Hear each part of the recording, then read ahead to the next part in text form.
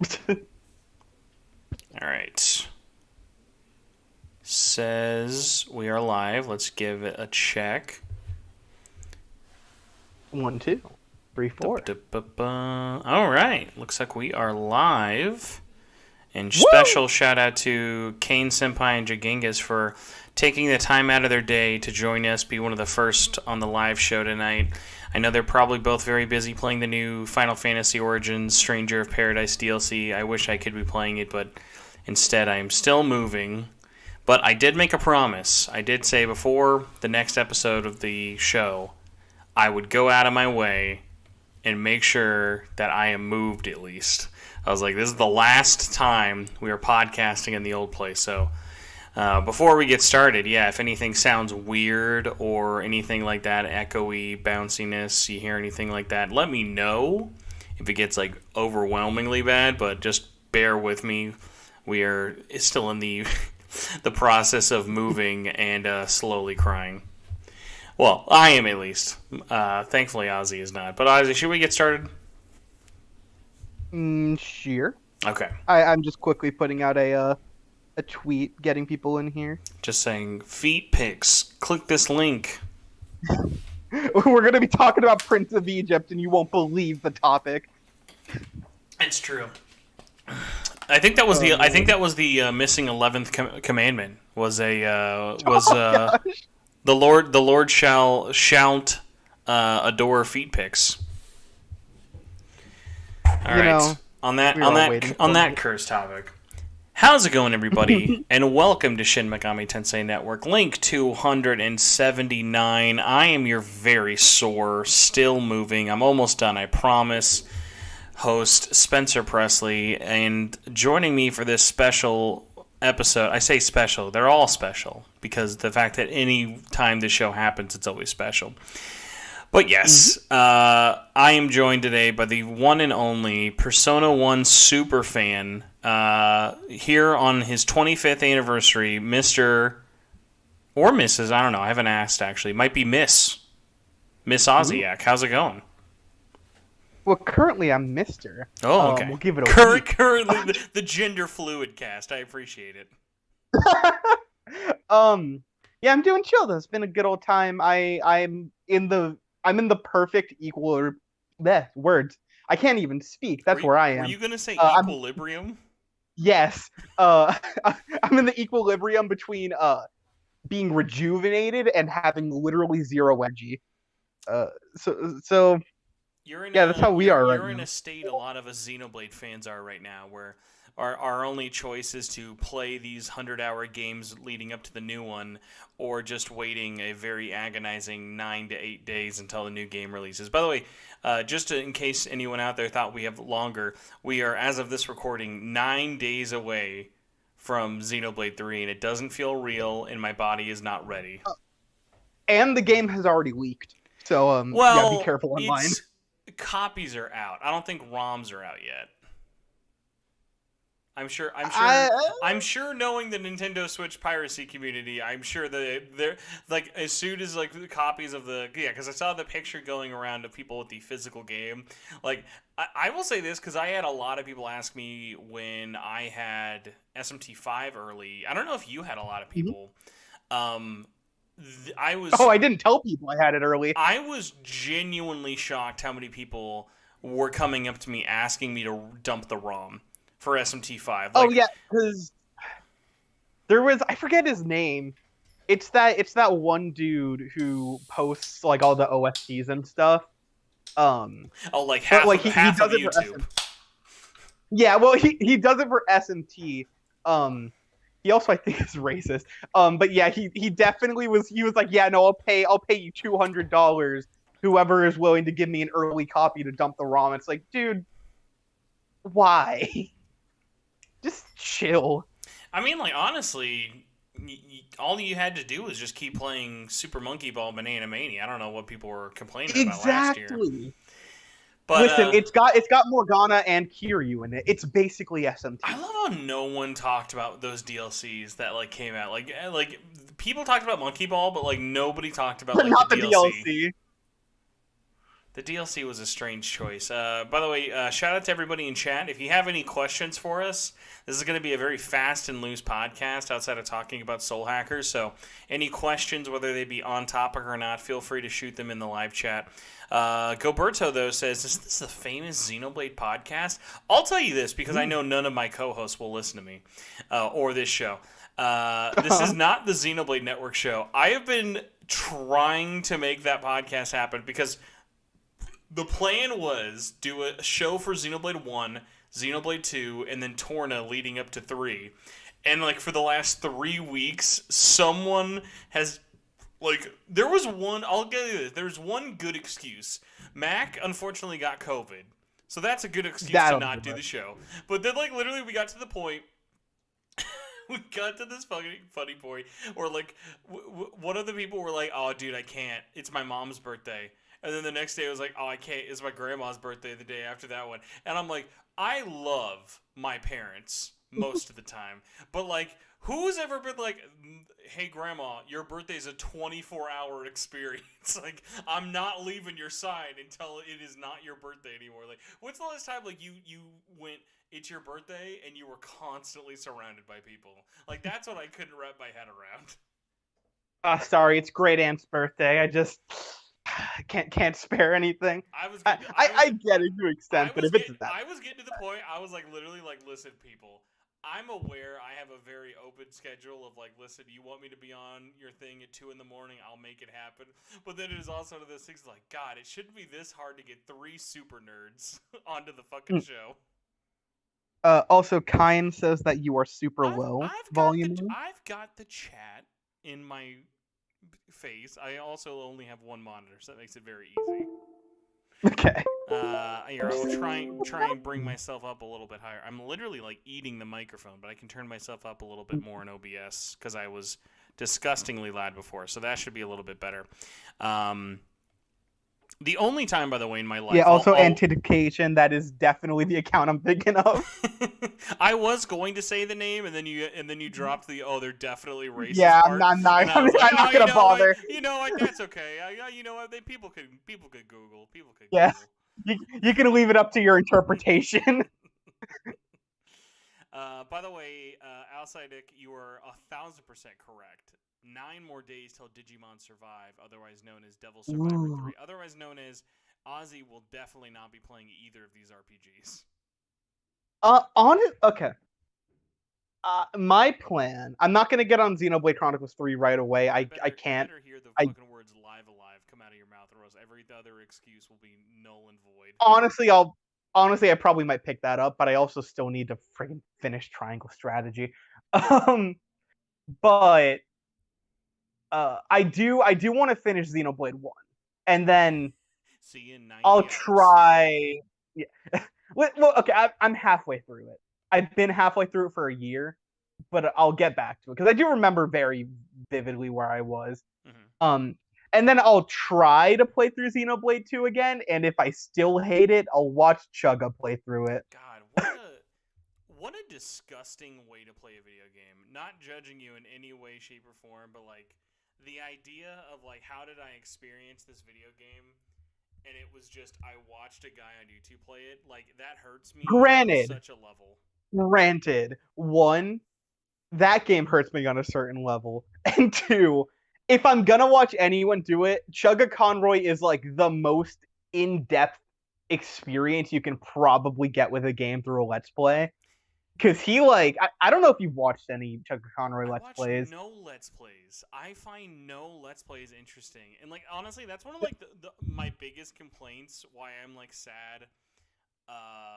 Apparently, Johnny Awesome is off doing, like, 9 world tours and will never come on the show because he's very busy. Because, honestly, like, he's the only remotely related, like, Let's Player I could think of inviting on the show.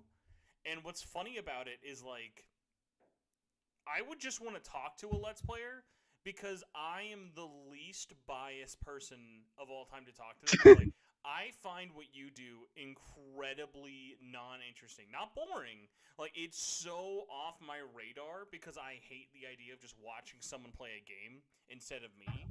So, like... That's the thing. Oh, no, because, like, my closest thing I've ever gotten to it was like all like back when Game Grumps started. I watched it as in like I wanted to just listen to what John and Aaron had to say. I was never really watching them play Mega Man. Like I was, like it was just No, yeah, that's fair. I'm here to watch people. That's the thing, because like I'm not really a big Let's Play person either. Like I used to watch Game Grumps, and that's basically it. Like I watched like when I was younger, like some early access Minecraft stuff. But otherwise, like I don't know, it doesn't really appeal to me.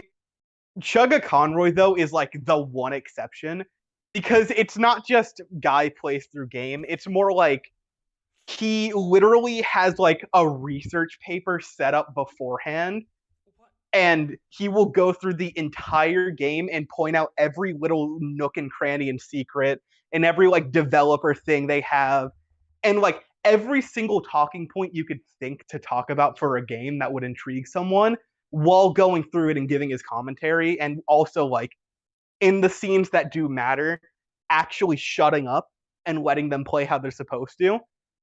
So it's a very different experience, especially if you're watching a massive RPG like that, which can be a friggin' horrifying thought for a Let's Play because it's like friggin' like 200 episodes, each one an hour long. I will say. So it's different. I like it though. It's good. I will say this. Shout By the outs to way, Chugga. my microphone volume should be fixed. I may sound different. I don't know why. Literally, like randomly, when I made my Also, microphone louder. Did I just break, or maybe Spencer broke? No, I'm still here. Oh, hold on. You may not be able to hear me. Oh God. Let's hope we can not lose our man here. Headphone. Oh, nope, he dipped. Gotta tell him to get back in here. Good. I hate this so much. You probably can't hear me. He's still live, but he can't hear me because Discord is stupid. So hold on, everybody. Okay.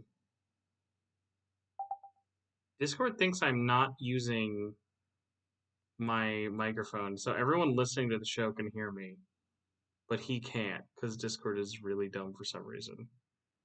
What a hot mess. Here we go. Input.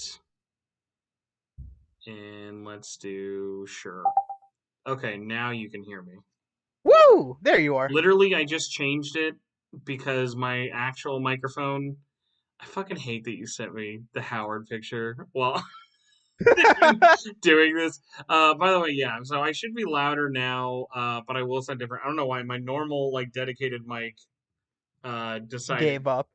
No, it didn't give up. But like when I went to make it louder, it just got quieter. So I will fix that in post. So hopefully now everything is much better. Yeah, hear me fine. Literally, it was weird. When I went to make it louder, it got louder. And then it just cut the sound output in half at max volume. So Okay, no then, idea what's up with that. Then I have to ask, how long was I just rambling over you? Only a little, but it was only funny because it was one of those weird things of like literally everyone else can hear me except you. I can still hear you. Like Discord just didn't want to automatically switch over. Yeah, because I was like, man, Spencer's like really engaged with what I'm saying here. I was just gonna be like, God dang it, don't fucking leave the call. Let it work. Stop making me have to go back to weird Rule 34 searches, please. Oh gosh. But yeah, so as we were saying, oh by the way, you were talking about fucking how Chugga Conroy apparently is the second coming of fucking Let's Players. Which by the way, I would not have heard that and then said, I agree with all this and we'll be quiet. No, I find the idea of like somebody going through, even with like like the only scenario, and this would never happen. The only scenario in which you described, I would enjoy someone with that much knowledge playing through a game, and I would watch it, would be the developer. Because I guarantee you, if it's a game I'm really interested in, I probably am going to know whatever he's going to know about. And I know I'm not most people. It is a thing of like, listen, I know I'm the minority. I'm very aware that everyone else sees something in all of these Let's Play videos that I will just never see, and that's fine. I'm a weirdo. I don't do the thing you would think most people would want to do. Not even like as like that hipster contrarian thing. I'm just like my brain is different. I unironically go to see Morbius. I don't ironically go and see Minions 2. Like I get it. We're all different, but it is one of those funny things of like I've never like had someone like give me a compelling case. And it's not like I haven't tried. Like I've watched people who do Let's Plays. And a lot of it I have a similar feeling like when I go to do panels at conventions. Unless it's something like, oh my god, I could never do this. Like I like attending and like watching stuff like that. If like I'm watching someone Let's Play something of a game I'd want to play, I would just rather be like, I'd rather be the one doing this. Like, I don't want to watch someone do something I would want to do. It's like I'm like game cucking myself. Is like the worst way to describe it. That's fair, but again, like I think it depends because like right now he's playing through Splatoon 2. And like yeah, like I played a ton of Splatoon 2. I've gone through all the campaigns. Like I get it, but he'll go into like because he doesn't just go into the dev stuff. He also goes into like the community and like you can hear a lot from the devs, but he'll go like really in depth about every single weapon in the game and kind of the meta with them and how it's changed and like different buffs, what works well with them, what stages. Like it's very in-depth stuff that even if you have played a game, it might make you want to revisit the game or see a different side of it while you're playing through it. I So I mean, think he's neat. honestly, I feel like most Let's Players who are popular, they're just popular because of their personality. It's not really their knowledge. Like, I've never known someone But who's his like, personality's also really good. I've never known someone who's like, dude, this guy sounds like a fucking dry erase board. That's his personality. But Well, he's got the that's the thing. Like, information out of a Wikipedia page. I tell you what. listen, not, and this isn't inherently disrespect to Mr. Aaron Hansen, Ego Raptor, because I do love a lot of his stuff. He can be a very charming, charismatic young fellow. He also can be a massive idiot sometimes.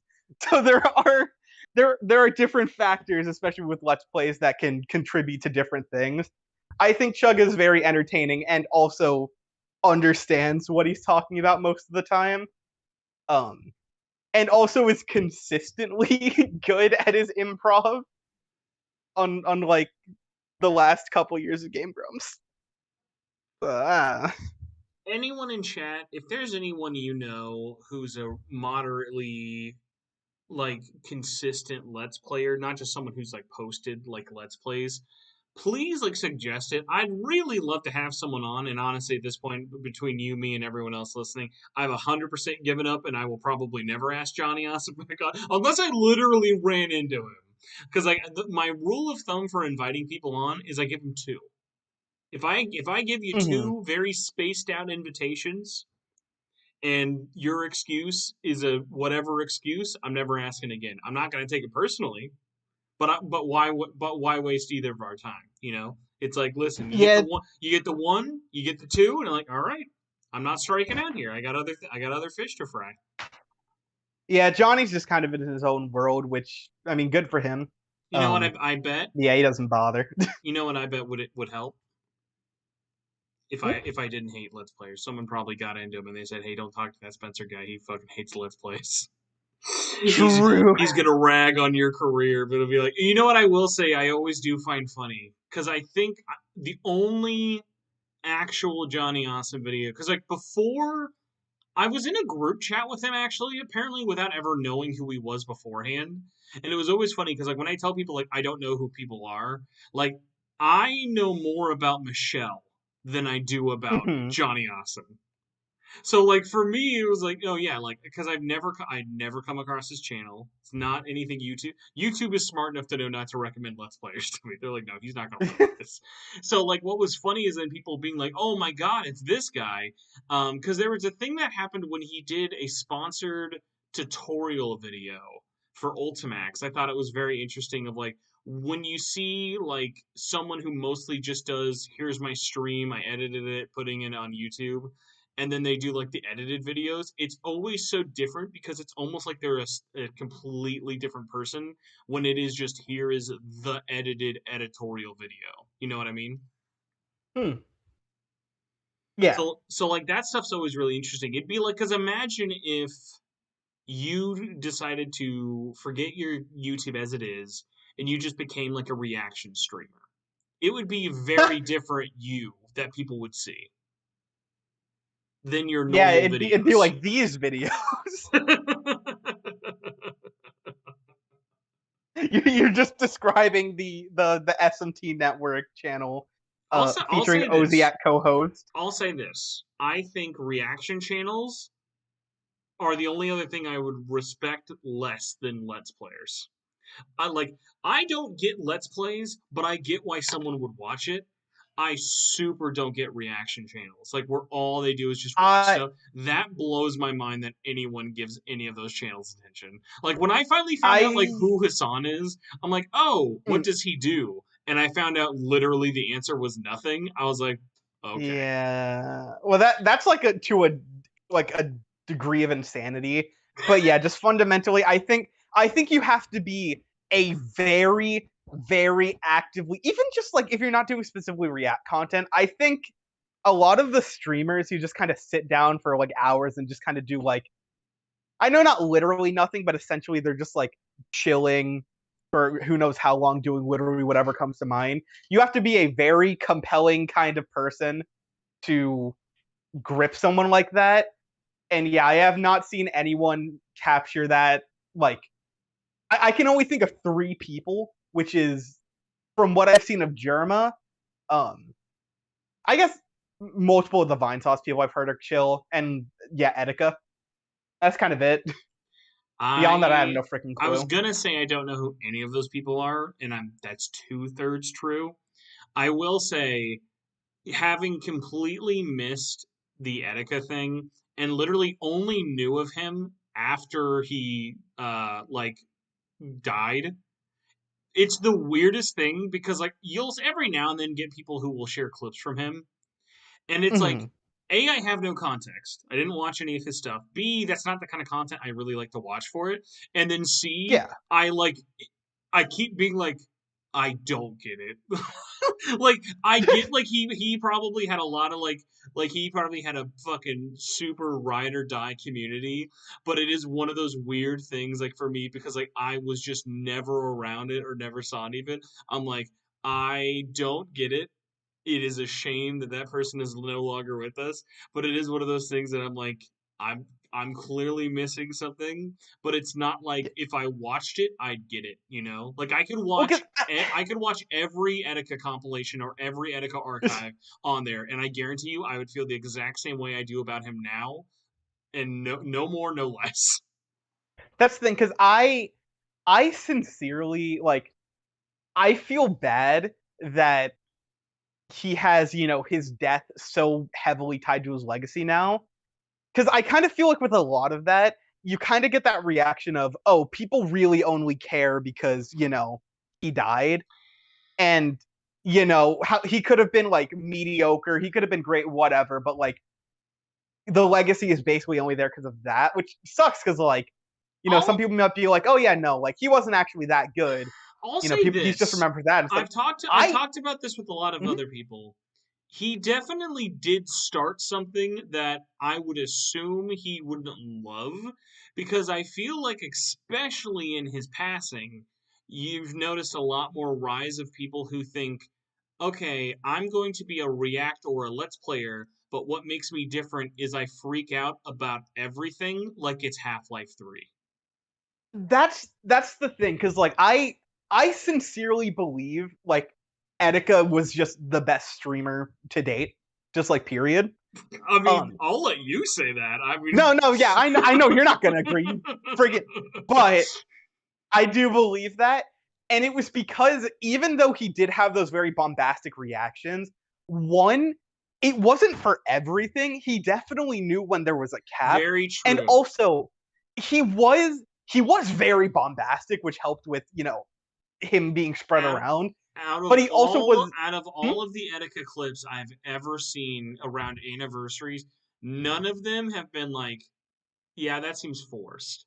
Because all of them Yeah, make no, he's sense. very Like genuine. the Switch reveal, Smash Brothers, like Fighter Pass announcements, like stuff like that. Like that would be like, holy crap! Like yeah, a lot of us would freak out about. But like there are so many people now, like, and this happens so much, especially fucking this year with Sonic the Hedgehog. Jesus Christ! Like when I Yeah. see people who genuinely think that Sonic Frontiers is like the AAA game this year, I'm like, say psych. Please say psych. No, yeah, like what every time I've seen like certain people, especially around Twitter, where it's like just screeching at every single Sega announcement or every single random Mario spinoff that's announced, it's like, yeah, that's cool, but all of these are giving you like cardiac arrest level We're reactions. gonna have a All of 60-minute them? live stream reaction discussing Shy Guy and Daisy coming to Mario Strikers this week. Oh, I will say as well, it's really funny because a lot of those people as well will have those reactions on stream and then they'll go online and be like, "It was chill.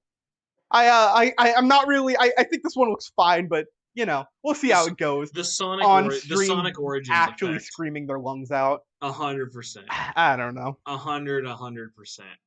I Um, miss that. I mean, listen, like I said, I have nothing against him, and No, no, I know. at the very least, I will always say that like nothing I'd seen about him seemed fake, which I Yeah. cannot say for a lot of people who have continued and kind of risen in prominence. Because like nothing makes me care less about someone when I just see someone who like, yeah, you're like just like this is your job, obviously, but you're like playing it up, like, and because like don't get me wrong, like I have nothing against live streaming. I'm doing it now. I love if I could stream every aspect of my life to you guys in a way that I would think would be interesting, or play every game live with you, I would love to do that. But it's also that thing of there's going to Mm. be a lot of quiet moments. Like I have so many streams I've done in the past of like, yeah, I'm just playing and talking. Like the only time I think I've like screamed on a stream was when I was platinuming Monkey Ball Banana Blitz HD. And that one what it made me want to like fucking off myself with a gun. So like that was a thing of like me suffering through a game for like the fun, like I would have done that off stream or on stream and never like in a way of like playing it up for it. And I think another one with it is like when I think of people who I like to watch in live stream content, it's no one who's just solo. I like to watch Well, people talk and like interact with like groups and like bounce opinions off each other, not just I'm talking to you. My reaction is the whole stream. yeah, I think you need a very strong personality to be able to carry a stream on your shoulders. I don't think I have that. If I stream, I like need someone with me. I Or don't. else I'm I dying. think you definitely could. I mean, I've done it before. Like I remember, like there have been a few times where there's like I really wanted to react to, whether it be live or immediately after. Like I remember when Rollback got announced, I just Mm. jumped in because I was like, I know about this. I'm not gonna fucking wake someone up at 11 o'clock at night to talk about Rollback.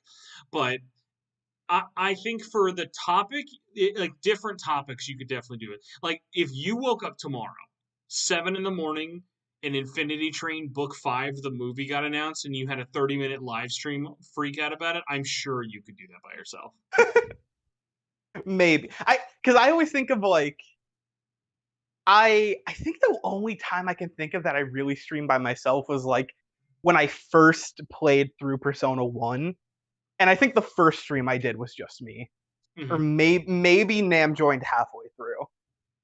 I'm always shocked like how little you stream because it is always so all over the place of like when you will. Is it like from a lack of wanting to do it or just a lack of a dedicated setup? Because usually for me, it's just if I can't do it directly off a console, I don't have an easy setup at my place. It's kind of a mix of both. It's I, I'll go through phases where I'm like, I really want to stream again. Let me try this, and I'll stream it, and like it'll be the circumstances of kind of how the stream goes or the setup or whatever, like that's wonky, or just like I remember one of the times I'm like, yeah, I'm gonna stream, and I played Minecraft, and for some reason that was the most miserable game to stream for me. I don't know what Minecraft does to my brain. It puts me in a weird meditation. I Um, mean, I mean, at least it went better than the couple of times you tried streaming Ultimax, and that burned up in your that's face. yeah, no, that's what I was gonna say. I enjoyed streaming Ultimax a lot more. Did not function.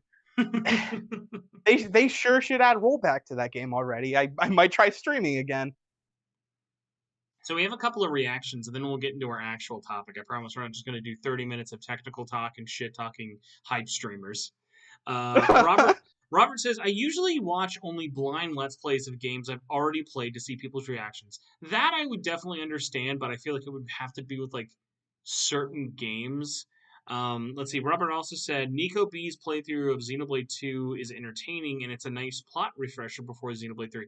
I can get that for people who like don't want to like replay it, but I think like for me, But there's those are always like, long games. but like when I replayed Xenoblade 1, I was so amazed how much more I fell in love with it this time on Switch as opposed to before. And even now with Xenoblade 2, like I'm replaying it and I'm about 15 hours or so into a replay of 2 and I'm like, God, I forget, like even though like they're really old and especially 2, going from definitive edition to 2 is actually more jarring than I would have like thought for it. Like it's Yeah. I'm really glad I'm going to play them, but I definitely get it. If it's a game you've played before, like here's a good game of it's a game I've watched someone stream, but it's in a very specific setup because of the people and the game it is. Uh-huh. Full playthroughs of any Resident Evil game on Easy Allies, which usually Mm. ended up being Michael Huber, who is a huge Resident Evil fan, loves them, plays them all. By the way, any Resident Evil game, very short, like easy to like marathon through, speedrun in a night,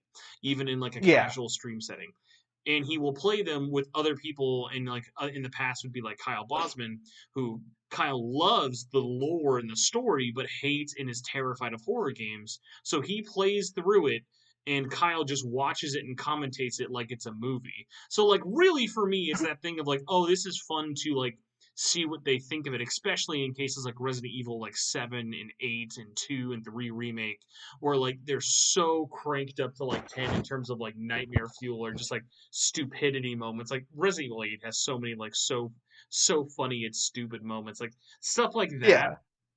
It's more of who's playing it than the game itself, really, even though like the games are a big reason of like why and who I'm watching for it. Like, do you yourself, like, I don't know, like how many like Let's Players are you like subscribed to, or like do you watch a lot? Only a couple. Cause that's the thing, like for shorter games, it's much easier to be like, let me just watch how, like they said, blind reactions, see how they went through it, or see what little gags they have with it. Like occasionally I watch like Oni plays or like Super Mega or something. But like Um, Oni plays is like that thing of like I said with like old Game Grumps of like Oni plays. I'm there just to listen to them. Like they could be exactly. literally playing "Slap My Nuts into the Electrical Outlet." Like then I would still fucking listen to them. That's the thing. It's much more about that because for me with Let's Plays, a lot of people like you have all these people, and I feel bad for kind of dogging on them because it's happened a trillion times already. But they're like, you know, I watched through a Let's Play of Persona 5 because they couldn't afford it, they didn't have a console, they just felt like it, whatever.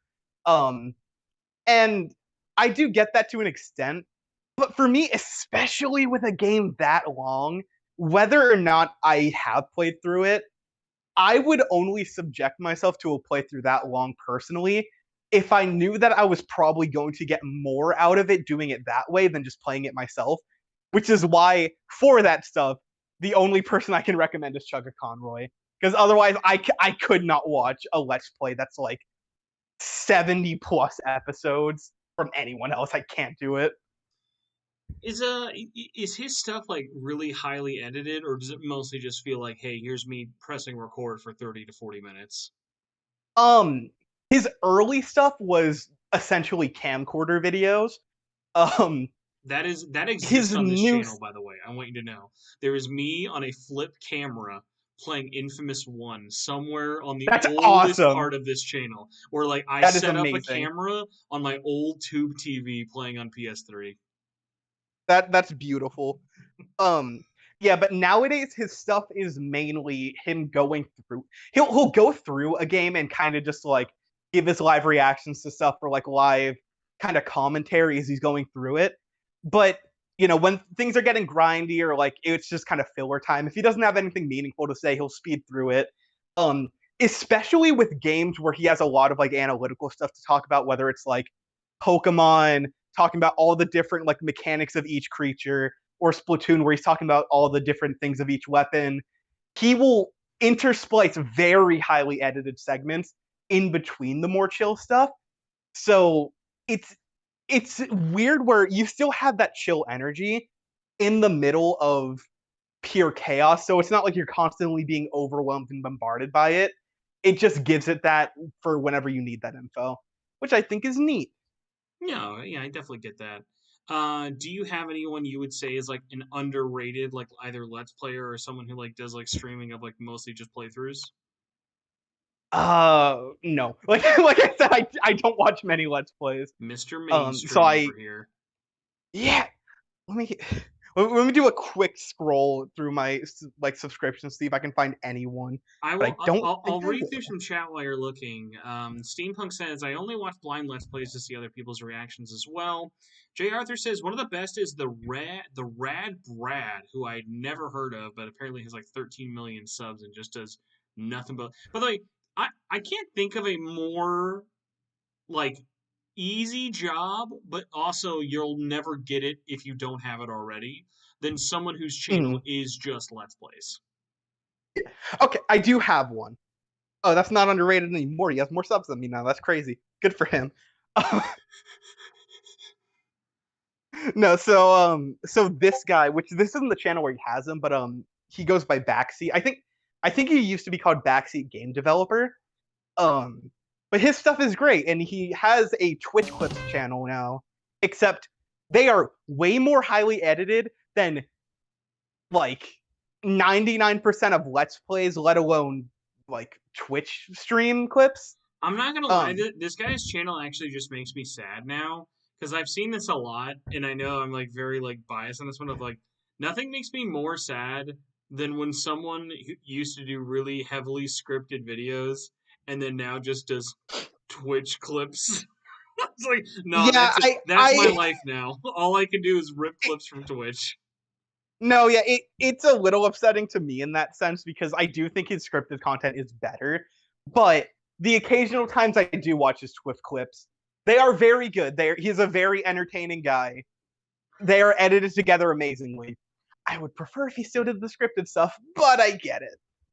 Really I quick and understand. easy and make a lot and make just as much money, or do honestly you have a similar thing. Like I've never known like, oh, this is my money maker content, like unless like there's something Uh you can huh. think of. Like there's not like a video or videos I've done where I'm like, that's my big ticket like one, because all my ones that I've done that do like really good tens and thousands of views, it's really all over the place, like in terms of what it is. So like, but like for you, you had a really good example of this recently, of like you poured your fucking nut and soul into Persona 1, and then like you did that, like what'd you say, like you did that Persona 25th anniversary video in like a day, and then it like surpassed Yeah. it immediately. So like it is that thing of like, it's really easy to see like why people do that stuff. But like if you had to just do what's my lowest common denominator for instant views, like do you know what that kind of content would be for you? Oh, 100%. The only reason I haven't is just because like I have not had the time to sit down and play Persona 5 again. Um, Oh, because are you going to tell me the only like, if you were like, what's my whole channel going to be about? It's only Persona 5. Like that's all it would be. no, because I know what it is I need to make. Which I do. That's the thing. I feel like with a lot of those money making things, it's kind of sad where it's like, man, I really want to make this content, but only this content does well, and I don't want to make that anymore. It's overplayed. I feel like I'm lucky because the stuff that I know would work supremely better than the other stuff is something I actually do really want to make. It's just I have to get around to doing it. Because like my brain is in an equal split of like I said, the Persona 1 review, which I worked on for a while, and me now wanting to make a Persona 2 review and like a P1 manga review, which would be awesome. The manga review, if I advertise it well, might do okay. Innocent Sin, probably not great. We'll see. But I also really want to make a Shido video, which I assume would probably do pretty freaking good.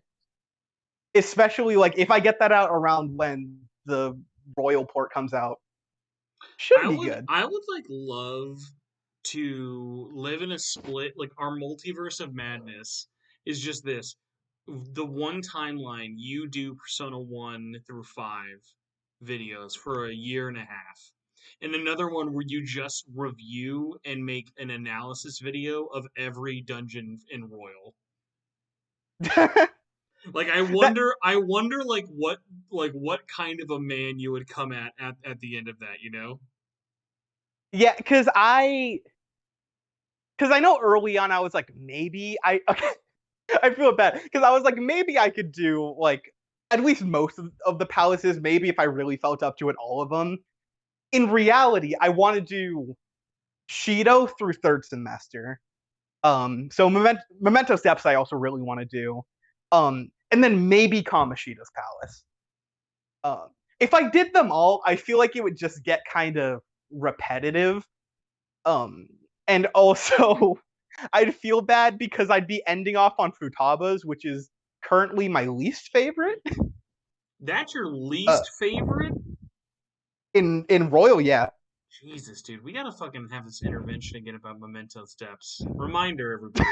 The most, yeah, it's constantly a tie for me between Shido's Palace and Memento Steps of which is more insulting to my consciousness. But I think Memento Steps will always take the cake because it was the ending. Like that, a group of people at Atlas came together in 2016 and said, "This is how we're gonna end our game." Like that. Spencer, you are That's what I always appreciate. you are not ready for the video with the title "Why Shido's Palace is a Masterpiece." Shido's Palace, I can give you, has great moments. Really, I really great moments. Shido's Palace, I only put up there of it is a and thankfully Royal fixes this a little bit, but not as much as it needed to. Shido's Palace is a personal time waster of the amount of times you have to keep doing the same thing. Like, I cannot tell you how mad I was that after, because remember, you have to find the guy, do a fight, find the guy, do a fight, find the guy, do a fight, and then you find the final guy. And I remember saying this to myself in my first playthrough. I was like, because the characters even commented on it, like how apparent it was that this was just going to lead to another boss fight. I was like, you know, it'd be really funny is if this guy just said, you know what, forget this, we're not going to do this boss fight, and then that was it. That's all that happened, and then they almost mhm. do it.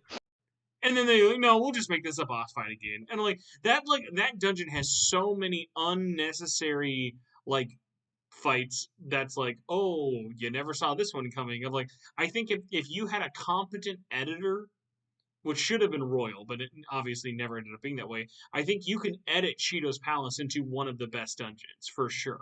But I think the way it is in both versions, it still has a lot of fat. Like, and a lot of fat that people can enjoy, and there's a lot of fun stuff it does with it. I love the setting, like I love how it looks. It's one of like the best like looking palaces, and like obviously all the stuff at the ending of it, I think is really interesting. Like with both endings, nonetheless. But it is that thing Mm. of like it's got a lot of highs, but man, its lows just make me like scream. Whereas at least Memento Steps had no highs. There were no like it's just me screaming into the abyss as the credits roll. That's all Memento Steps is. I like Mementos Depths. What would you call what? I By the way, because I know you fucking always you probably have a thumbnail ready for Memento Steps as we talk. So like, what is it? Because what do you call that video? Like why Mementos Steps is like secretly the best way to end the perfect game of all time. Like what do you call this? I I have a couple titles in my mind. Um, one of them feels a little disingenuous, so I won't use it, which is Memento Steps is a perfect ending, but I know it's not. Aw, I don't think it's aw. perfect. I think the best way to describe my thoughts on it, and this sounds way cornier in a way, but it's probably more accurate, is just like some variation of why it's beautiful. In all caps, you need it in all caps, boys. And I like it a lot. I think for its shortcomings, I think the vast majority of it works very well. And I still think it is a more satisfying narrative for what P5 is as a whole than third semester is. I think third semester is a better story. I think it is much more climactic feeling and emotionally just kills my soul. But I think Memento Steps is a much better ending for Persona 5. Did I ever tell you when I was not replaying, when I was playing through Royal for the first time, what happened after I beat the boss of Memento's Depths? I believe you've told me like once a while back. I booed nonstop until Akechi showed up on Christmas Day. I remember booing it and like texting Yarly at the time because we were both reviewing it and went, I thought I hated Persona 5's ending, but somehow Royal found a way to make me hate it even more. And like, because remember in Royal, you can still have that be your fight. Like, if you don't unlock the third semester, that's still your ending. And I was like, I hate this even more somehow just because I'd obviously just come off of doing it in the original just before. But then the best part was like as soon as something different happened and Akechi showed up, I was like, it's saved. I trust them. They're gonna do this. So like I love the idea that like I can see the endings for sure of like comparing one to the other. But it was just one of those things that because like that's always been my big pet peeve. That Royal was sold to us like this thing that's going to change a lot, but it just slowly the changes really Like, dwindled out as they kept I getting closer and closer. I think that if you reach that moment on Christmas and it doesn't wake you up, if you don't snap awake at that moment, there's something wrong with you. Because I beat Memento's Depths in Royal at I think 4 in the morning, just because like I was in the groove of it. I was invested because I like that arc, so I was just going through it, and I'm like, okay, and we're gonna go to Christmas, and maybe we're just gonna keep going to school. And what the frick? So like I there's one that I think I was gonna think about asking first before I move on with it, but yeah, with P5 it is it's a game that gives me whiplash in so many ways of like critical whiplash. Of there are Mm. so many things I appreciate that that game does, but it is very funny to me of as time goes by, I've never softened on the things I've criticized P5 that I don't like in my brain for it. Like the big one for me, I think that will always kind of stay that way for it is what an absolute and this kind of goes back to the Shido thing, an absolute time waster that entire jail segment is. Like you could have made that jail segment a third of the length.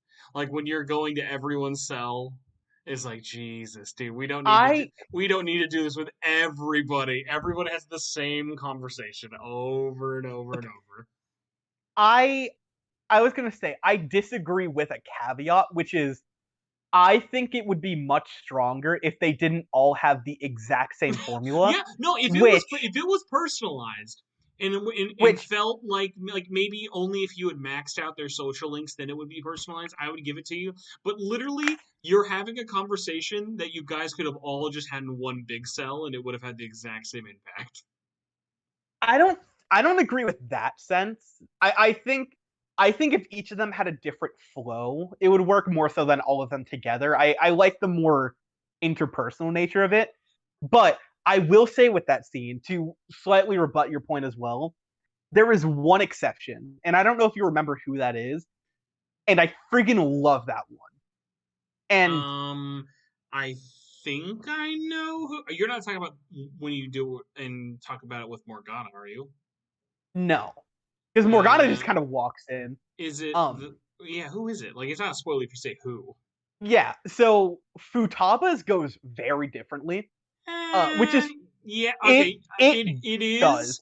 but no, I'm not saying it doesn't. It does, but that hits less home for me because like I don't hate any of the Phantom Thieves, but She is my least favorite. definitely, yeah, she's a character that like you could give her the most compelling story arc, and in a way, she kind of has one of the most personal story arcs out of everyone's palaces.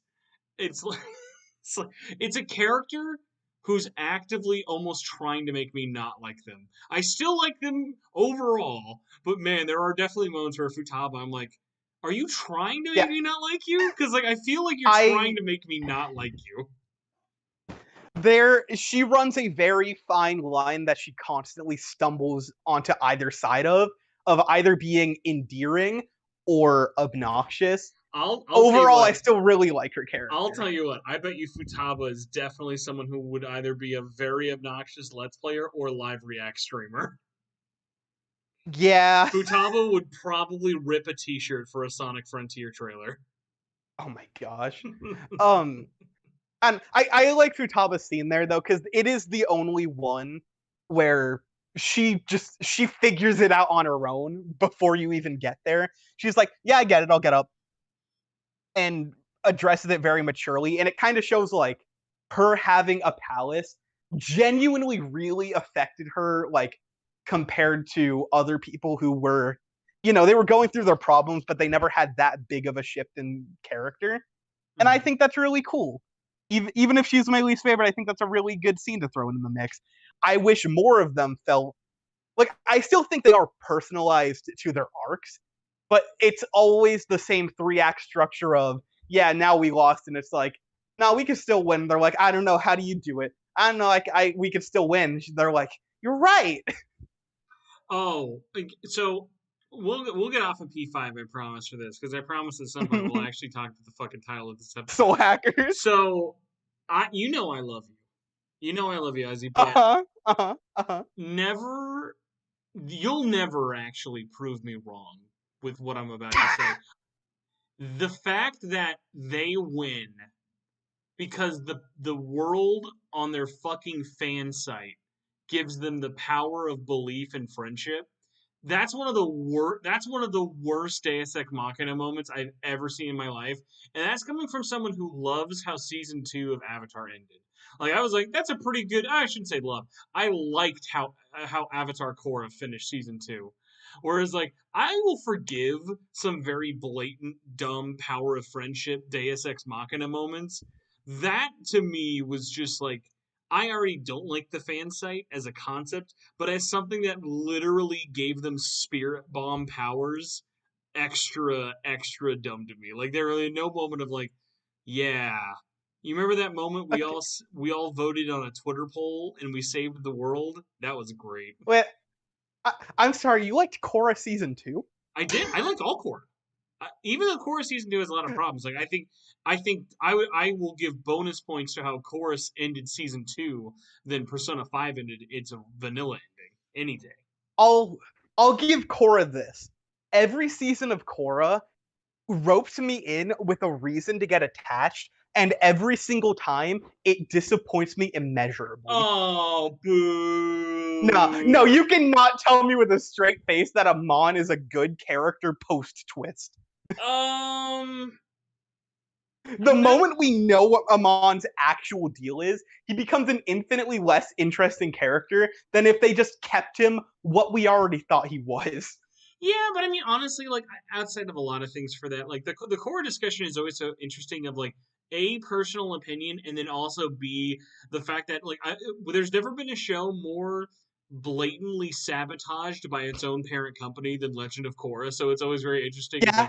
Like hey, season 2 sucks, and then the show will be like, yeah, we know. like Yeah. It had to. The show had to suck. Yeah. Korra's friggin' odd. And anyways, I like that moment in P5. But yeah, catching up Too on much to elaborate on now. Catching up on chat a little bit though. Had another one here. Gilberto said, interview Fleon or Flan. He's really into RPGs. I discovered Flan actually recently. I think they were like a Let's Player or streamer, but started doing a lot of editorial stuff for Xenoblade leading up into 3. And they are a very interesting person. I'd like to reach out to them. Doctor says Ringo is being slept on very hard. I will say, I don't think Ringo is being slept on, but we will get into that as like the actual topic for it. Who cares says React channels are great for different perspectives, especially when they have an experience in specific fields.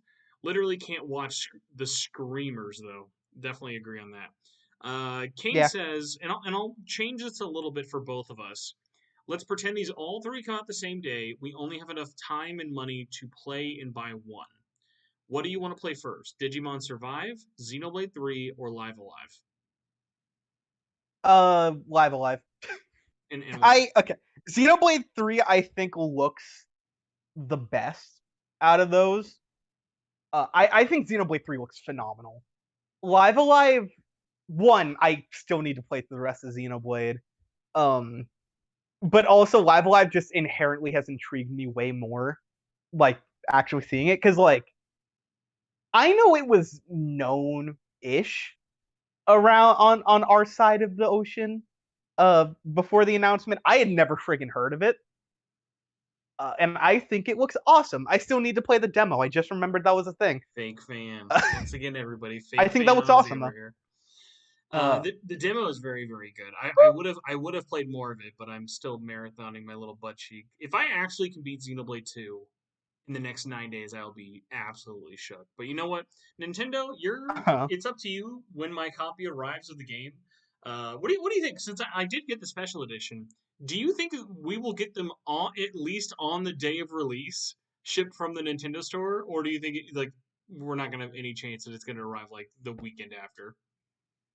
who is this we? Who bought the special edition other than you and like Sorry, three other me and the people? me and the three other scalper bots on eBay. Exactly. Um, I don't freaking know. I hope the scalpers don't get their copies at all. Um, I don't know. I will I say hope. back to the game question. I actually will probably be the surprising answer. I'm gonna say Digimon Survive, just because I think it needs the support, and God knows Digimon needs a new game to hopefully not bomb really hard. Um, Didn't Cyber Sleuth do well? no, no, no, but it needs a game because Cyber Sleuth was literally almost like 7 years ago. Like That's yeah. this game's been in development for so long. I'm like, God, I really hope it doesn't suck. Everyone's played and touched it, but like it's pretty solid. So it's like as long as it doesn't end up being like a 3 hour flaming hot mess for it, I'm in to support this. So that's the only reason. Just because like Live Alive, I'm obviously gonna support for it, but like it's gonna do what it's gonna do. I don't think anything's gonna change it at this point. And Xenoblade, as the Nintendo website melting has shown everyone, Xenoblade's gonna do fine. Like people are gonna buy Xenoblade 3. I, I we have three. Well, I was gonna say three very anime games coming out all at once, but Live Alive is just kind of like a mix. Um, so and I hope they don't trample on each other too much. I think they're Uh, different enough in the sense I think only Live Alive is the only one that might suffer in a negative way. Digimon being a strategy RPG and also being on PC, PlayStation, and Xbox, I think will help it that's fair. stand out a lot because a lot of anime fans don't only just play on the Switch. Like that'll be big on PlayStation and Steam. Mm. Other ones here we have, let's see. Aquano says, I think it'll perform worse than SMT5. Talking about Soul Hackers 2. Unlike Soul Hackers 2, SMT5 had a bigger hype around it. Plus, Mainline is more popular than Devil Summoner. Deep Weeb said, should have called it Shin Megami Tensei Devil Summoner Soul Hackers 2. That would be very funny, just for a obnoxiously long thing for it. But I don't think most people in America even fucking know what Devil Summoner is, as much as that makes me sad to say. Flare of Legacy says, well, SMT5 did also have the Nintendo marketing to back it up, which is very prominent in the E3 Direct. Had some people going to sleep, but don't blame them there. Jaginga said, I used to watch Let's Plays more back in the day than I do now. Aquano says, anyone else watch the old Rooster Teeth? So, by the way, Rooster Teeth's another one of like, I've literally never, and I'm not even saying this in a way of like I'm against it. I have never watched a second of anything Rooster Teeth. No Red versus Blue, no Ruby, nothing. No Achievement Hunter. I don't even know anyone who works at that company. Oh, sorry. I know Alfredo I Diaz, but that's only because he used to work for IGN. But like literally, I have no ties to any. Oh, sorry. I do have one tie. I'm a little salty that they bought Screw Attack and then basically bled them out until they were right. nothing but Death Battle. But I mean, Uh, like that's that own kind of thing for it. But like yeah, Rooster Teeth for me, like I have no negative feelings with, but like I cannot have any conversation about that with her. Like, are you a Rooster Teeth fan like at all for anything? I've watched a little bit of Red versus Blue, and I did like a lot of what I saw, like some of the earlier stuff. And I've watched more Ruby than I would like, and I have enjoyed literally none of it I've watched because I'm more a than I would toxic like. little dude. I feel like the answer to that would be how much is too much? A second would be too much. I will say I've heard and I've seen clips. The anime they did looks very, very good. Like the 2D animated like Ruby looks very nice. I heard that it was very pretty. It was definitely a step up from the show, and the writing still is mediocre. Which is actually I say still is mediocre. I mean, Mediocre is kind of a step up. it's the same story to be fair. Yeah.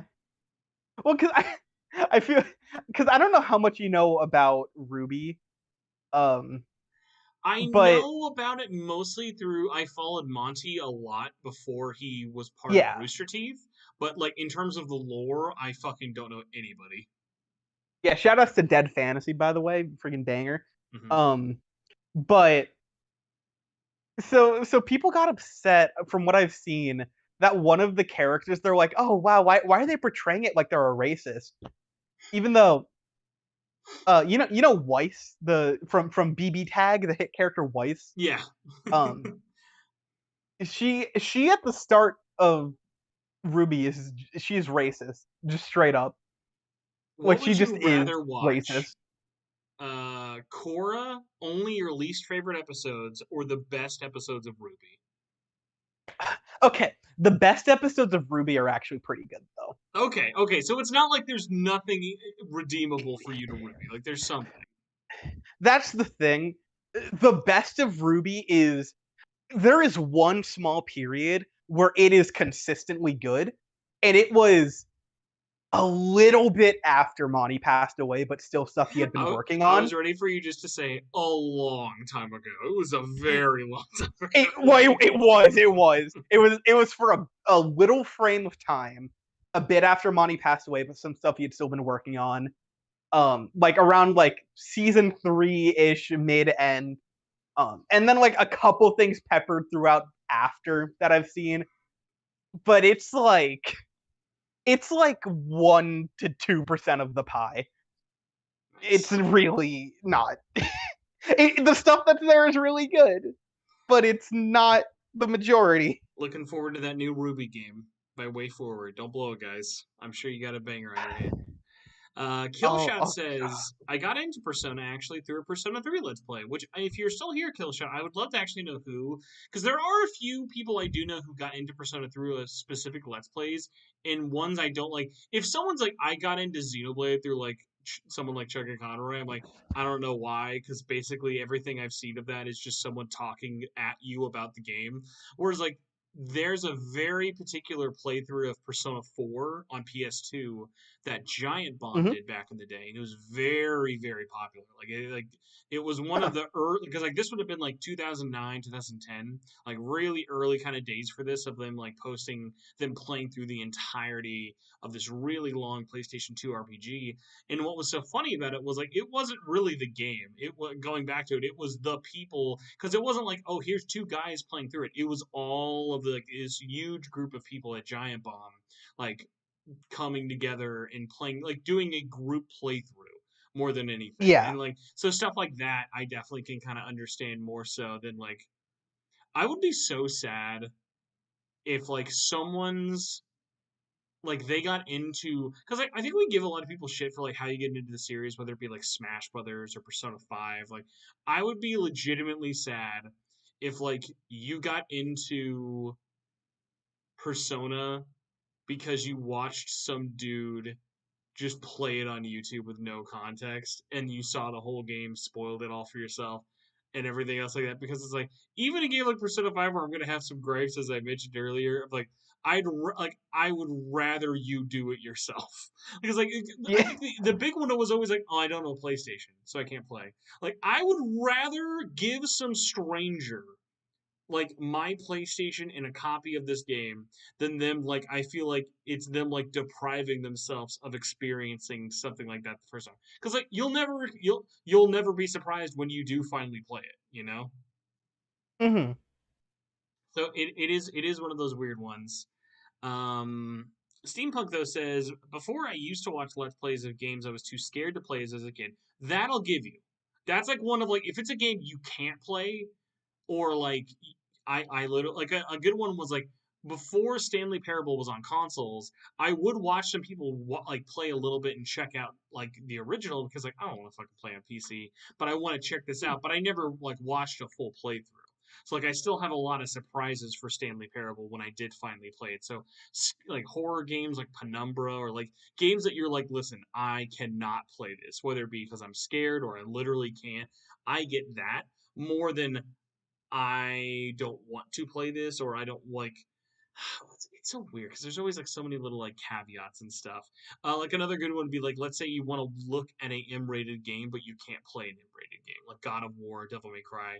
Like Yeah. instances like that make a lot more sense to me than a very narrative focused like RPG. Like if you watched a Let's Play of GTA 5, I'm not gonna say you played it wrong.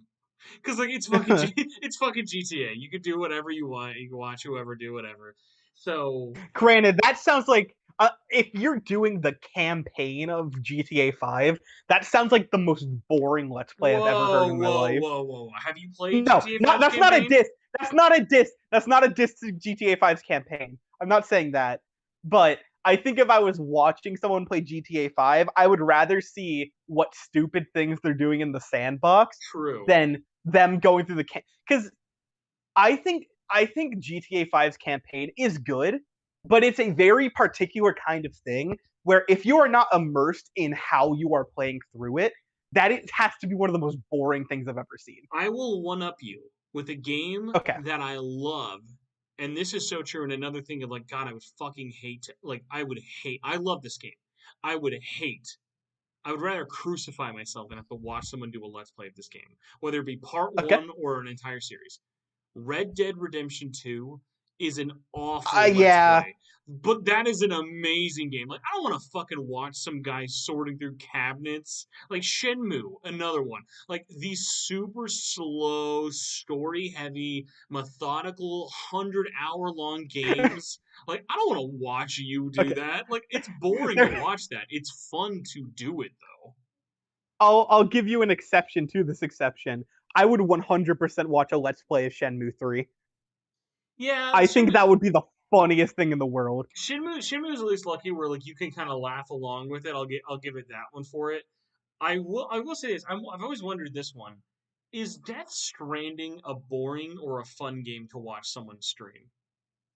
I don't know. Like I I feel like love okay, to play Death Stranding, but I could I totally see if you found it boring. I think what you need is you need someone who is skilled enough at the game while still being charismatic but not overly energetic. That's where you need like a really good chill streamer who knows what they're doing. And that's a very particular niche. Mhm. No, I, definitely. I feel like otherwise that might be rough. No, I 100% get that one. I think we're pretty much catching up here. Make sure. Only other blah blah blah. All I right. I will Oh, quickly note. I actually thought Oh, someone was like speaking gibberish, and I forgot this is someone's name. Hiding in private. Hiding in private is doing something like that with a deep analysis of every character and story bit from Persona 4. That's like another one where like I feel like I would rather just make videos about each character or Arcana or Demon than like work that into a playthrough. yeah. Of like a weird one of like I feel like I'd rather make that more piecemeal because then imagine you're like, how do I share that to you? Hey, I want to just hear about Chie. Okay, here's part 4. Watch this timestamp to learn about Chie. No, yeah, their videos are pretty good because it's basically like um not exactly the same. It's akin to like when I did the Okuma Palace or stuff like that of just a dedicated video on this particular topic. We're just going to talk about this character, kind of the themes around them, the feelings they give me, and just kind of everything to do with their social link and their relevance to the plot. And I think that's pretty cool. It's neat. We're like so behind. If Deep Weeb is still here, Deep Weeb said unsubscribing now. And at this point, I think it was when we were around talking about Memento's depths, and I don't even know what the comment would it have been for unsubscribing for. But it might have been because I said I like Korra more than the ending because we were also talking about Korra. So if it's because I said I like Korra, I'll allow that unsubscribe. I love Korra enough to lose a subscriber, but I hate to see it go Deep Weeb. Kane also says, all of it despite its problems, I do blame Nickelodeon for all the hell it had to go through. By the way, never forget Yeah. fucking because I don't know if you watched Korra when it was live. Oh yeah, I was watching it the moment it premiered. We had to finish that show as a Nick.com Online. exclusive. What a sad way to end it. Like, imagine if Better Call Saul was a Crackle only stream for the final season. Okay, Grant, it feels like that to me because the amount of people who have cable boxes nowadays is not prevalent, relatively speaking. And I'm not paying for AMC Plus, so. Oh man, what a bad app! AMC Plus is such a terrible app. It is so Oh buggy. man. I will say, it took a year, but Disney Plus has finally started cooperating with me. I might finally watch more of Mandalorian. What do you watch on Disney Plus on? Like your TV or your PS5? I've tried it on freaking everything, and it's been rough to me. It was rough to me for like a year or two straight. The PS5 app is like the best way for me to watch it because I feel like that one actually has HDR, and I don't think my Samsung one has proper HDR for the app because like anytime we watch something Disney Plus that's not on the PS5, it's super dark. It's really weird. Side note related to that, I got so mad. So I watched all of Daredevil like a month or two ago.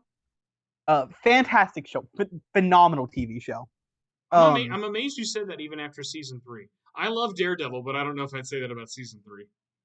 I think season 3 started slow, but has like the highest peak. True, it's definitely the weakest overall, but it has a lot of high highs. No, I'd say season 2 is the weakest because it kind of has the, which I still really like season 2. It's got the Defenders saga issue of being attached to the Defenders saga. Anything related to the Defenders, I definitely understand. Okay, it's slight tangent, like very slight tangent before I actually get to why I brought it up. And now you're saying slight tangent. Okay, I saw an article recently where it was a very clickbaity thing where it was like, oh yeah, like Marvel has no plans to revive this fan favorite character. Oh, I hope it was Luke Cage. No, it was Iron Fist. Oh, that was my second guess. Well, I know how much you love whitewashed Iron Fist. That is because I had watched more of Iron Fist than I had of Daredevil. Yeah, like when those were actually airing. That earlier, that somehow some fucking dystopian Netflix you lived in, you had to watch that first before the good Marvel shows. I gotta ask you though, did you ever take my advice? Have you watched Jessica Jones yet? I haven't yet. I will. I am interested. Did you see that Jessica Jones is coming back next month? What? She will be. I know they renamed it. She will be in She-Hulk. Oh, cool. I think that will work really well because like remember the whole thing with She-Hulk is it's a 30-minute procedural of like it's basically standalone episodes as opposed to the normal 6-episode drama arc that contains a lot of like tie-ins. Whereas like She-Hulk is going to be very much like a kind of like single female lawyer the show. Yeah, I'll take that. That sounds a lot more interesting. But yeah, no. Anyways, I'm not friggin' watching Iron Fist ever again. I'll watch Jessica Jones. What I was gonna say, yeah, watching through all of Daredevil, I loved it. Ooh. Oh, hold on. We have a super chat. Killshot, thank you for the $2. But I also have to say, a brave and daring super chat. Book of 3 Korra better than Book 3 of Avatar. Reminder, that's the finale of Avatar. That is a brave... Yeah. I'm not even going to say you're wrong. That's a brave... I would. take. Why? I think book 3 of Korra is the best one in the show. But with that said, why would you pay money to say something like this? That I, is so I so mean, brave. I don't even know if you're wrong. It's been so long since I've seen Avatar compared to Korra. I definitely need to like get back to it. But no, that's honestly like they're both so good. Like it's really hard to tell because like season three of Avatar is great, but there are definitely moments of like we could like get rid of a couple of these episodes. Whereas like I remember I do agree. season 3 of Korra, there's a lot of moments that's just like I feel like it's just constantly going like forward, forward, forward, forward. Like I think one of the biggest ones for like and I love like Avatar as well, like I love the Ember Island player episode and like Sokka making his sword. Like there's so many great like learning getting to learn these character moments, but they don't have any effect on the actual story. Like it's not like Sokka's sword saved the day. It's not like bringing Suki brought back like stop Sozin. Like it's a lot of things that like you could have cut, but like hey, we needed to make 20 episodes. Huh. I I would still say, in my opinion, that it clears season 3 of Korra, but I do at least think season 3 of Korra is the one season that I'd say is overall to me good. Here's my core In my take for the my spicy core take for the night. I'm sad because you can't legally buy it anymore. I think the Platinum Games Legend of Korra game is a super fun romp to like play through. I really liked that game. No, I played that game. I felt nothing. Really? I mean, listen, it was like junk food, the video game. It felt like junk food. Uh, Do you okay, remember? Do you because that remember was when like? I liked Korra too, like more. Well, because that was pre season 2, post season 1. We were coming off the high. Yeah, even I thought that game was very bare bones. You It should play. wasn't the worst thing ever, but You it. should have played the 3DS one. I'd love to see what you thought of the 3DS one then. I didn't even know that was a thing. There was a 3DS Legend of Korra game. It plays like Fire Emblem, and it was made by the team Oh, who made Legacy of Goku on GBA. what the heck? Yeah, it's a trip. I'll tell you that. Fair enough. Oh man. Um. Yeah, just to quickly spit out my little Daredevil tangent before we can actually talk about Soul Hackers finally or whatever else. We'll touch talking about Um. Defenders for the rest of the episode. No, Will Defenders will Iron Fist be in Soul Hackers too? I would cry in the bad way. um. Anywho, yeah, I watched all of Daredevil. Thought it was great. Literally 3 days after I finished Daredevil, they announced that it was actually going to be in 4K. Um. On Disney Pain, Plus. absolute pain. Yeah, which I have a 4K TV with like a nice soundbar and everything. So that that hit in a dark place. Granted, my brother hasn't watched all of Daredevil, so I'll friggin' have him do it. Kane brings up a good point. Are you aware Daredevil is also coming back? Were you aware of this? I didn't know that. Um, well, I know he's getting his own season, I believe. That's currently still rumored. We are literally like this week, I think, is Comic Con. So hopefully we get a lot of strange details. We at least know him and Kingpin are both going to be in Echo. Echo is the uh, deaf girl from Hawkeye, which I bet you still haven't watched I Hawkeye, knew but Hawkeye that. was very good. I don't know if I Echo I deserves her own show, but at least having Kingpin and Daredevil in it will make sense and probably get more people to watch it. I hope. Um, okay, because I knew Kingpin was in Hawkeye. I did the moment I finished Daredevil. I did watch all of the Kingpin stuff in Hawkeye, at least just What, out of like all curiosity. 5 minutes of it? Oh yeah. I don't think I've ever felt more. I don't know if because it wasn't horrendous, but I It's definitely felt a sort of nausea. it's wasted potential. It definitely is wasted potential, unfortunately. But like Okay, I wasn't because mad at it. The only thing I hated about Kingpin is the absolute horrible fake out death off camera gunshot noise. I was like, You're not Yeah. killing Vincent D'Onofrio here. Like you're not gonna do After this. 5 minutes. Okay, because that's another thing. I think how he like his actual design in that show is stupid looking. I think his little Hawaiian shirt look is It's dumb. way more going for the comics than the Netflix one, for sure. Yeah. Um, like it's not the worst thing ever because Vincent D'Onofrio still has a presence, but I generally didn't like it.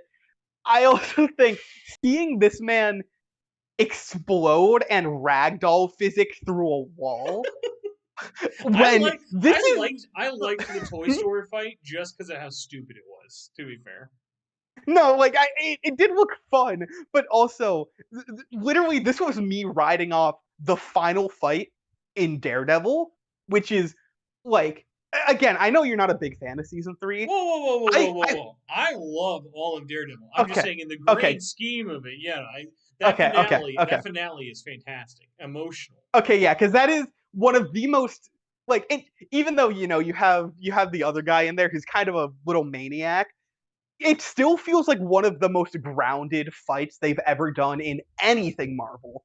Um, super just down to earth, bloody, like crazy. It feels very real. Daredevil in general is very down to earth. I'm very curious So to see what you'll seeing think of Punisher by comparison to Daredevil, because Punisher has some insane moments, and season 2 I think is actually better than season 1. okay, I'll get to Punisher eventually. I know it's a little rough. Don't don't skip on Jessica Jones season 1. You can skip season 2; it's pretty whatever. But do you at least know who the main baddie in season 1 is? I've definitely seen it before, but I completely forgot. It's David Tennant, giving his probably best performance in his career, next to Doctor Fate. Okay, He's all right. fantastic. Um, But yes, the Marvel Power Hour, unfortunately over. But I will say this because remember going back to I'm a weird guy out there. So just remember, uh, I've never felt more gaslit in my life coming out of Thor 4. I loved Thor 4. So like the fact that did so many you? people are like, "Yo, dude, Thor 4 is so stupid.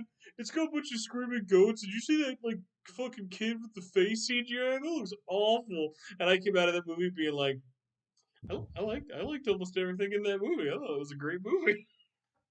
I still have to watch it. All I'm saying is every impression people had coming out of it. One, I expected that movie to be dumb. I'm not saying I will like it going through it, but like every reaction I've gotten from it is essentially what I expected. The other thing, people have still been trying to convince me that Multiverse of Madness sucks, so I don't care about Marvel fans' opinions. Wait, people don't like Multiverse of Madness now?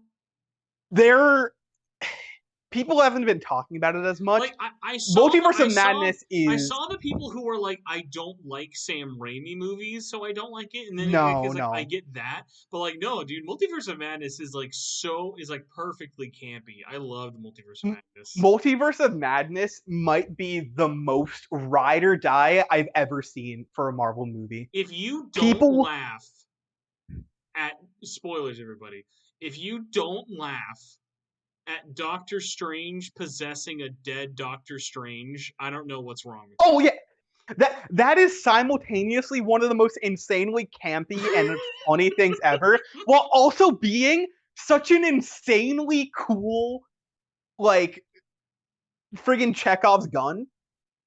It works really well. It looks great. It's stupid, but it's amazing.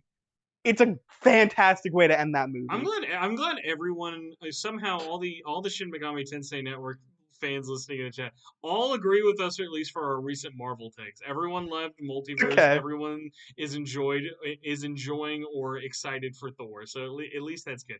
I'll say this: what was your memory, at least, of Ragnarok? Were you a pro Ragnarok fan? Like, how did you feel about that? I think that about maybe 3/5 of Ragnarok is very good and very entertaining, and Is the other 2/5 are fine but boring. is it the I bad guy is the problem?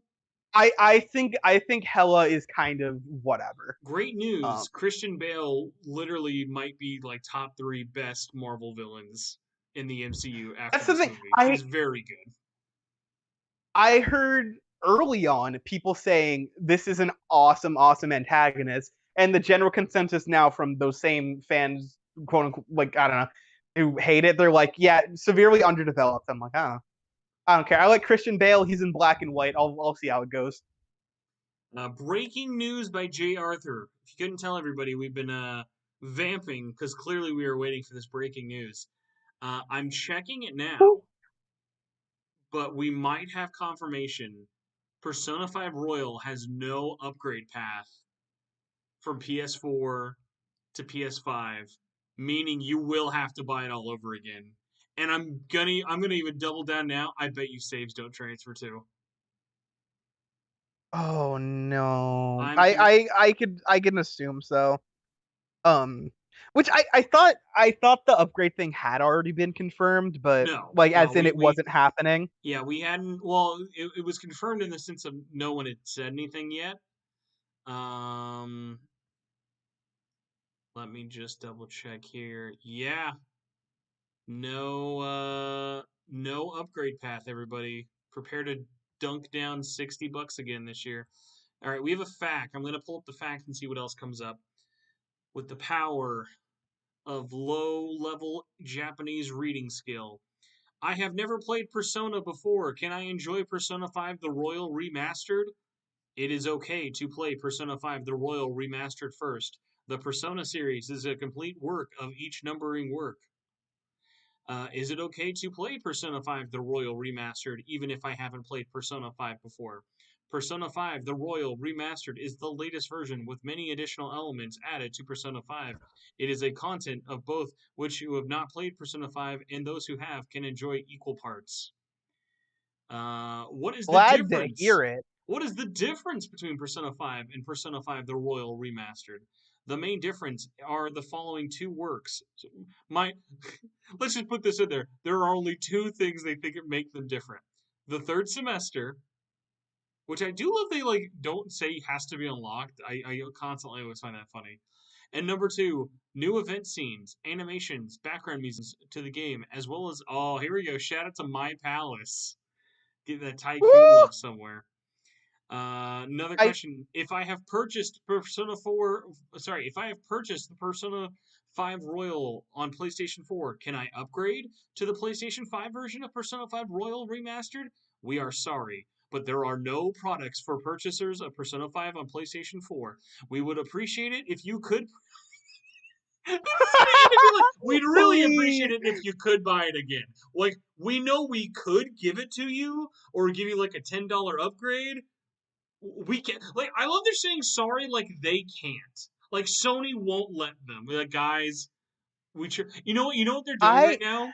They're doing that thing like when like that shitty kid at school wants to spend the night and you have to make it seem like your parents said no. Nah, dude, I'm sorry, Brian. Like my mom said I can only have Tyler over. Like I can't have two friends over. She won't let me. She said there's not enough pizza for everyone. I have a question for you that might sound kind of weird, Yeah. but I want to hear your thoughts on it. Because I know that it wouldn't be by any stretch impossible for them to do this in this case, but still, do you think the excuse they gave themselves for why they're not doing the upgrade is because this version is different because it has all the DLC? So No. it would still be tied to the shop for the Uh PS4 game for the To DLC? my understanding, the DLC is included on the disc and everything for it, so it wouldn't even unlock anything in the store. So yeah, like by That's your what I'm standards, saying. well, yeah, it wouldn't be like if you automatically upgraded to PS5, you would then get all that free DLC on PS4. This is literally like a Yakuza moment where like they didn't even want to give you Yakuza 7 on PS5 if you got it. They only literally did that because the port had to get delayed due to Xbox. Yeah. Um, we do have a couple other interesting snippets. What will be the physical versions? PlayStation 5 and Switch only in Japan. There will be an Xbox version in the West. Is there a special or luxury edition? No. Are there any special benefits or pre-order bonuses to each store? Currently in preparation as soon as we are ready. So yes, there will be. Oh my god, I swear to fucking god, if there's another steelbook for this Oh game, I'm no. gonna cream. Will Game Pass be supported? Yes. you can play the game as soon as it is released on Game Pass. Let's see if there's any pre-order bonuses. I'm curious if they have anything up, really.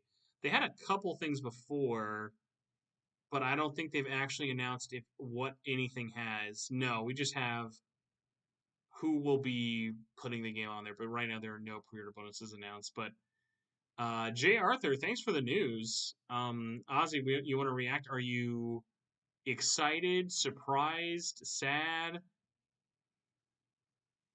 Will you buy it It's again? about what I You expected. I fucking probably shill. will. You fucking sad shill. You can't even go out to the theaters and see Top Gun Maverick. You gotta fucking buy Persona 5 the Royal Remastered on Nintendo Switch. I'll give the PS5 version this, and it's one thing. This isn't even me vouching to like for people to get it. It's just something that I'm intrigued to see, which is, as far as I know, this version actually will be 60 FPS. And I think that's gonna give my brain the exact same reaction that Strikers did on PS4. Something in my brain is not gonna connect seeing that in 60. I'm curious. I'm curious how my review of this is gonna come out, because I bet you there's a 50-50 chance when I play this, I will recommend it to obviously anyone on Xbox or Switch, assuming the ports have fine enough quality. But I bet And not for you, PS5. yeah, but not for PS5, like full price. At this point, I bet you there's a chance that I'm like, hey, if this is your third rodeo with Persona 5, wait for a price drop. Like That's the thing. there's no reason to rush. Like even then, if you really like, if you have not played the game yet, but you want to play it on PlayStation, Royal is perpetually like $15.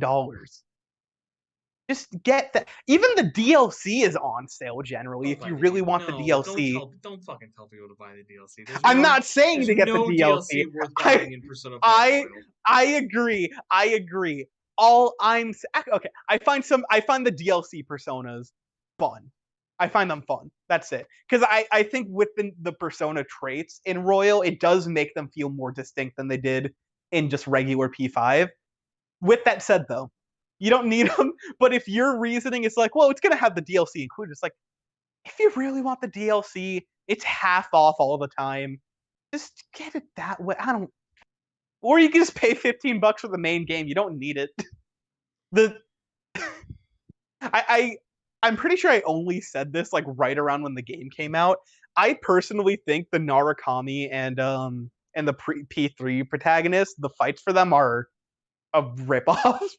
Oh, the entire mode is a ripoff. Like, they introduced an entire mode of fun time trial boss fights and only give you one to do for free. It's literally like one of the scummiest things Alice has ever done. That's the thing, because I also just think that like those are the most boring fights out of any of the challenge battles. Because I think the actual challenge battles are really fun. Yeah, I think they have the like unique Alice little one. The challenges. Alice one is really good. Yeah, like there are a lot of really cool ones in there. The Narukami and I don't know, Minato, Makoto, whatever you want to call them, like that one, they are so slow and tedious to go through that the nostalgia brain part of me where it's like, oh my gosh, it's the guys. It can only work so hard before I'm like, this battle isn't fun. Like if I'm playing it the way they want me to play it, it's not fun. And if I just beat them up, like I'm already kind of overpowered. Like I'm either too strong to where they can't do anything to me, or I'm too weak and they're just gonna stomp on me. That was dumb. And you want to say That's my P5 rant. Deep Weeb, great Breaking Bad callback though. I do think the best reaction to this news should just be us all channeling our inner Jesse. They can't keep getting away with this. Oh man. Oh my god. I'm sorry. He can't keep cool. getting away with this. I'm sorry. I can't be misquoting or Mr. Camino Man. He actually says both. I realized can't keep getting away with this? Okay, no, sorry, it's he can't keep getting away with this, and then he can't keep getting away with it. He can't get away with it. Yeah, I like the little shorter one. I'm like, I can't get away with it. They can get away with it. It's a good show. I Watch always that show forget. already. I was gonna. I Not was you, gonna everyone spoil it. else. I was gonna say I'm always surprised Blank is with him during that scene. I always forget like he's by. Oh himself. yeah, no. That's the thing. Seeing someone post the full context clip of that was a blindside because I was like, thank goodness no one was watching this with me. Because that's a pretty big spoiler. That's like last few episodes of the show. Oh man. Yeah, if people in chat, if you have not watched Breaking Bad, get on that binge right now. I don't know. At this point, I might actually just say just marathon Better Call Saul, and then you can start Breaking Bad. Okay. I've met people who have only watched Better Call Saul and not Breaking Bad, and they do come with a certain lens of appreciation. I think there are a lot of characters in that show that you appreciate significantly more if you've watched Breaking Bad first. It's not like a dead deal if you haven't, but I very highly recommend it. I also think Better Call Saul is the better show. Oh, 100%. It now, might at this point. It might help to watch the less good one, which is still a freaking 10 out of 10. But watch the quote unquote less good one first, so you're not kind of regressing. Especially stylistically, because like Vince Gilligan has become a much better director in the last 15 years. By the way, can I just say, one show has chicanery, the other does not. I rest my case. That is true. This show, okay, because we haven't really talked much about the last 3 episodes, and I'm not saying anything. Dude, my lips are it's sealed. only been 2. Let that sink in. It's only been 2 episodes. It feels like 3. There's only been 2. I was also talking about episode 7. Oh, okay. Because I was saying we haven't talked about the last episode. The last 3 episodes, back to back, have been 3 of the best episodes of television ever. How'd they do this? So freaking good. By the way, just to make you a little bit excited, because Vince actually hasn't directed an episode or Peter Gould in a really, really long time. They did direct and write like the last 2 episodes themselves, so that makes me very, very much more excited. Because I think the last time Vince directed anything was El Camino. I'm pretty. Did he not direct a season 5 episode? Because El Camino was before season 5. I don't think he has directed any season 5 episodes. I think he's done a lot more writing this season, but they definitely haven't directed any, at least that I'm aware of. I think a lot of season 5 has been a lot of people's last chances to do episodes. Like I know. Oh well, we're on season 6. I was referring to the prior season. Oh, my bad. No, for season 5, I don't remember. Sorry, because in my brain I always think Breaking Bad had 5 seasons and Better Call Saul has 5, but I always forget Better Call Saul's been on longer. I do find it funny. Better Call Saul, by the end of it, will have exactly 1 more episode than Breaking Bad did, which would make it longer unless you count El Camino as part of Breaking Bad. Nah, I wouldn't count it like that. Yeah. Well, Better Call Saul is longer at the end. You know what I would count as the ultimate Breaking Bad is waiting an hour and 37 Flippin' Jimmy! To talk about... Oh, okay. No, I would say talking about soul hackers. So, hey, everybody, a record, I think, for us in the SMTN history books here. Oh, man. Main topic time / final topic today is all about Soul Hackers 2. So the final Soul Hackers 2 live stream in Japan, or at least the Devil Summoner program book, which is basically just them, hey, showing some gameplay and then announcing a thing or two. The final one happened. I was planning on live streaming it, but honestly, like with the move and internet getting set up and everything for it, I've just been so drained. Like I wanted to watch it live, but I was like, I've just gotta sleep. Craftium, by the way, thank you. Better Call Saul on my SMT podcast, more likely than you might think. I would like Saul Megami Tensei Network. I need to get like someone to get like a Chuck image of like Chuck being like a Shin Megami Tensei podcast talking about Better Call Saul's like a chimp with a machine gun. But Hammond McGill 10 podcast. Oh, can't bring up HHM. It's too soon, man. Too soon. I'm sorry. End of an era. Oh man. Let me tell you, you've never realized how much a show's broken you than an emotional attachment to a trash can. Because like when I saw that line, That's like, true. oh, they got a new trash can. That's how you know. That's how you really know a show's broken you as a human being. It's the end of that. That truly was the end of an era. There'll be like in the Oscar or the Emmys, like the like in memorial, it'll be the little trash can like getting kicked by Bob Odenkirk. So yes, we had a nice little deluge of final Soul Hackers news. Wasn't any more additional content. They didn't show off what the DLC campaign is. We learned about New Game Plus as well as a new difficulty mode. And first off, kind of want to cover those and then talk a little bit more widespread about Soul Hackers 2 because basically we're a little shy of a month away. And I feel it in my gut because knowing my luck, the day like Live Alive comes out, like watch codes go out for this game. Like I'm prepping myself for the next 100-hour RPG, and then Soul Hackers 2 will like drop on our doorsteps, and I'll have to like ignore them or something. Yeah. But no, so New Game Plus, pretty like pretty box standard. Like wasn't anything crazy. You can bring over your demons. You can bring over like your level or like multiple aspects of which you can turn off and on. Shin Megami Tensei has done this in the past, especially with like SMT5. New Game Plus, I think, was a cool thing to show. One little standout I did like that I'm not sure if you saw, but they did go out of their way and say, hey, there are, and this was in TMS. I don't think other SMT games have done this, but there are Okay. exclusive challenges only in New Game Plus. So, like, hey, these are Ooh. side quests that are only available in New Game Plus because of how much harder they are. That's nice. I wish that's what they did with the Demi Fiend DLC.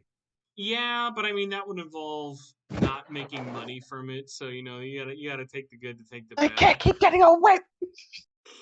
But like, so New Game Plus is a weird one because I think especially with a lot of RPGs, like when is the last time you played New Game Plus in an RPG?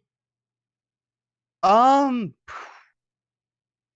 don't know. I'm like even Three Hopes, if you want to count that. Like I started New Game Plus and then like I was like I can't get invested in this game again so soon because I never even beat New Game Plus in Royal.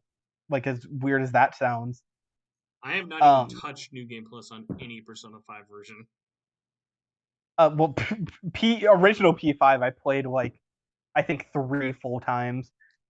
I have experience with that game. I don't know. Actually, I did do a full run of SMT5.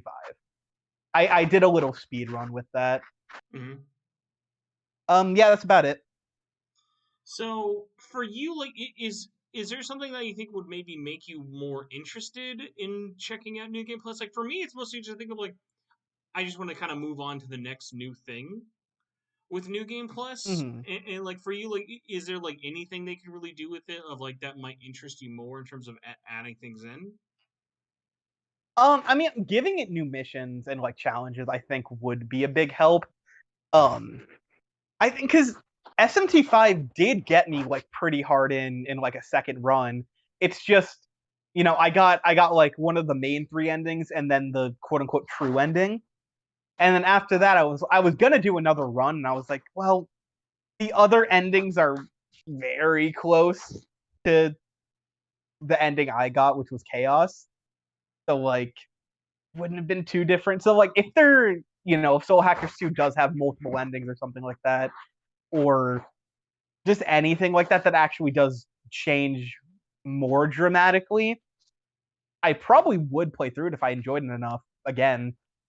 But we'll see.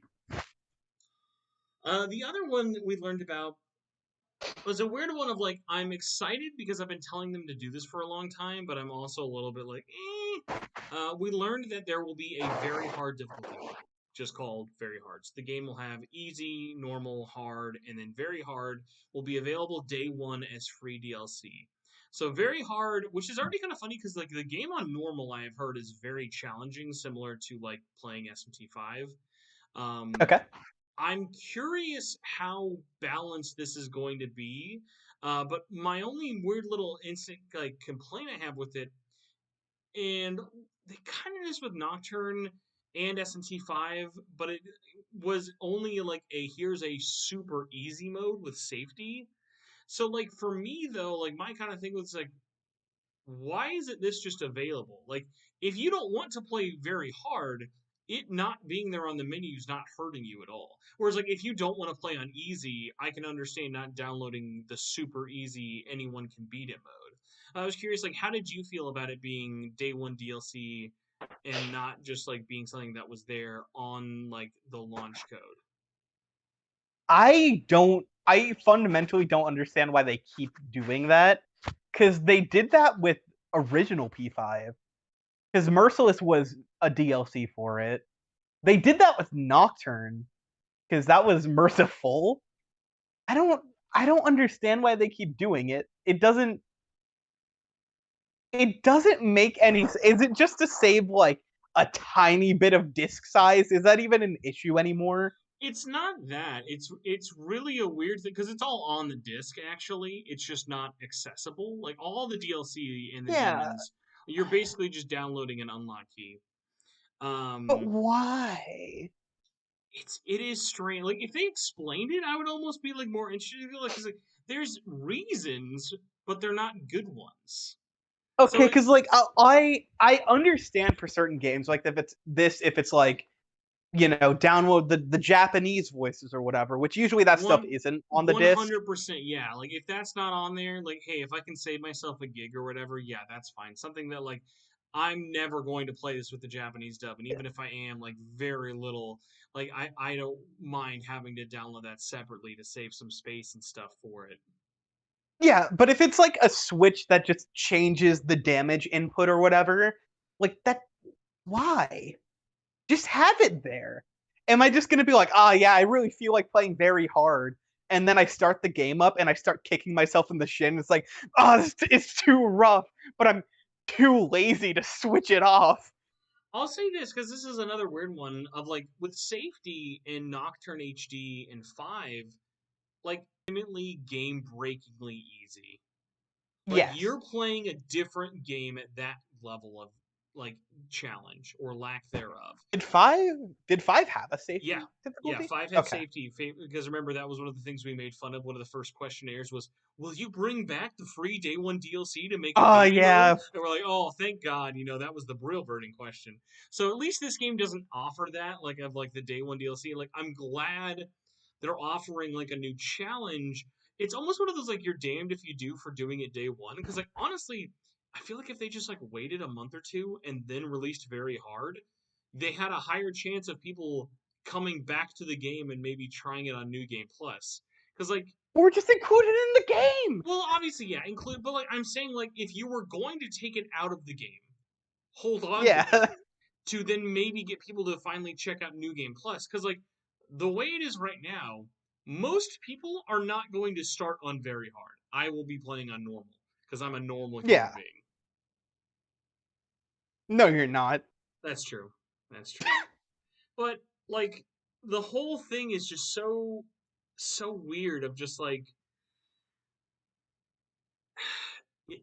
you're not making anyone happy. Preservation is another like one that gets brought up a lot with it of like now anyone who wants to play very hard and might not have a stable internet connection or download it ahead of time is just going to screw themselves. Um, there's already a ton of DLC for this already, so it's it's really weird. Um, I'm not a fan of that, but like it's weird because like if it was like bullshit DLC, I wouldn't care and wouldn't really think that much of it because it's like whatever. It's It's the fact that story it's stuff. some no, it's not even that. Like I'm excited to see them try something like really challenging and hopefully well balanced because they've not really done this in a game in a while of like, hey, we want to make something really hard. Like, because like, I was talking about this with Nearly while we were playing, he was playing Caligula Effect 2, and we were talking about Mhm. difficulty. It was like, Persona 5 really was a step back for balance in Atlas. Like, they Mhm. really took a real big hit there in terms of, okay, we're going to appeal to everybody by making it super easy on almost all levels of difficulty. Whereas thankfully SMT5 got us I think back. that was a huge step back. That was a good step of like, okay, hey, let's bring it back to like the challenge we're known for. But like, it's not like it was ever known for ball crushing difficulty, but it's nice to have that there if you want that option. And so I think again, very hard being that optional path you can go on is cool. I just don't get it like either include it and don't gate it, or if you're gonna gate it, separate it and give yourself more time to draw attention to it. Because really, I bet you there will be a lot of people who don't even download this because it's like, well, I'm not gonna do this day one, so why would I download this? Even though it's like gonna be 100 like megabytes. Yeah. It's very weird. Yeah. Not as weird as using my real life Instagram account photos at a fake funeral. That would be really weird.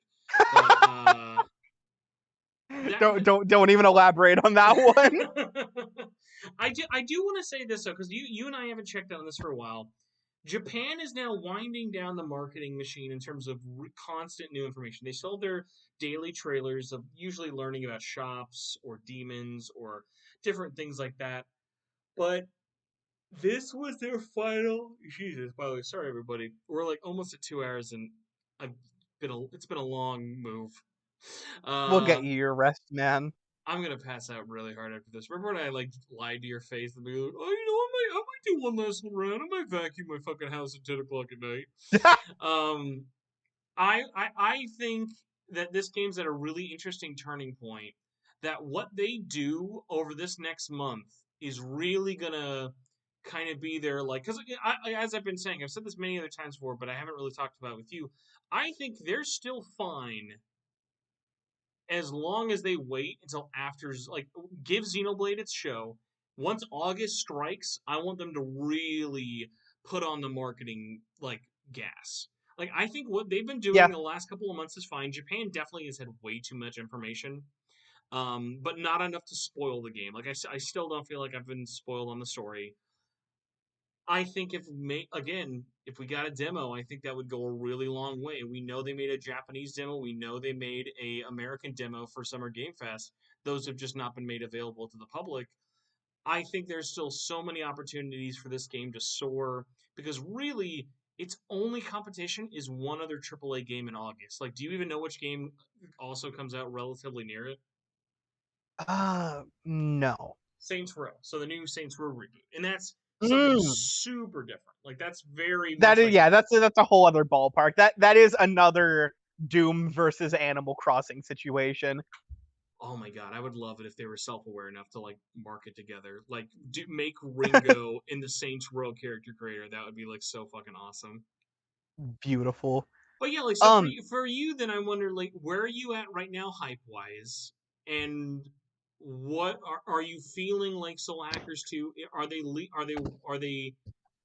they heading towards success? Is it too blurry to tell? Like, are you worried it's gonna like have them fall on their face? because my thing with it is I've just been perpetually excited for the game, especially after like they did the in-depth look at the gameplay. I think this game looks awesome. Um, so nothing has really deterred me from that. My thing is in the West, we've gotten, I think, literally two 1 minute trailers. I might be We've wrong. gotten the last one we got was pretty long. That was the extended voiceover reveal one, and even that was only like 2.5 minutes. Okay.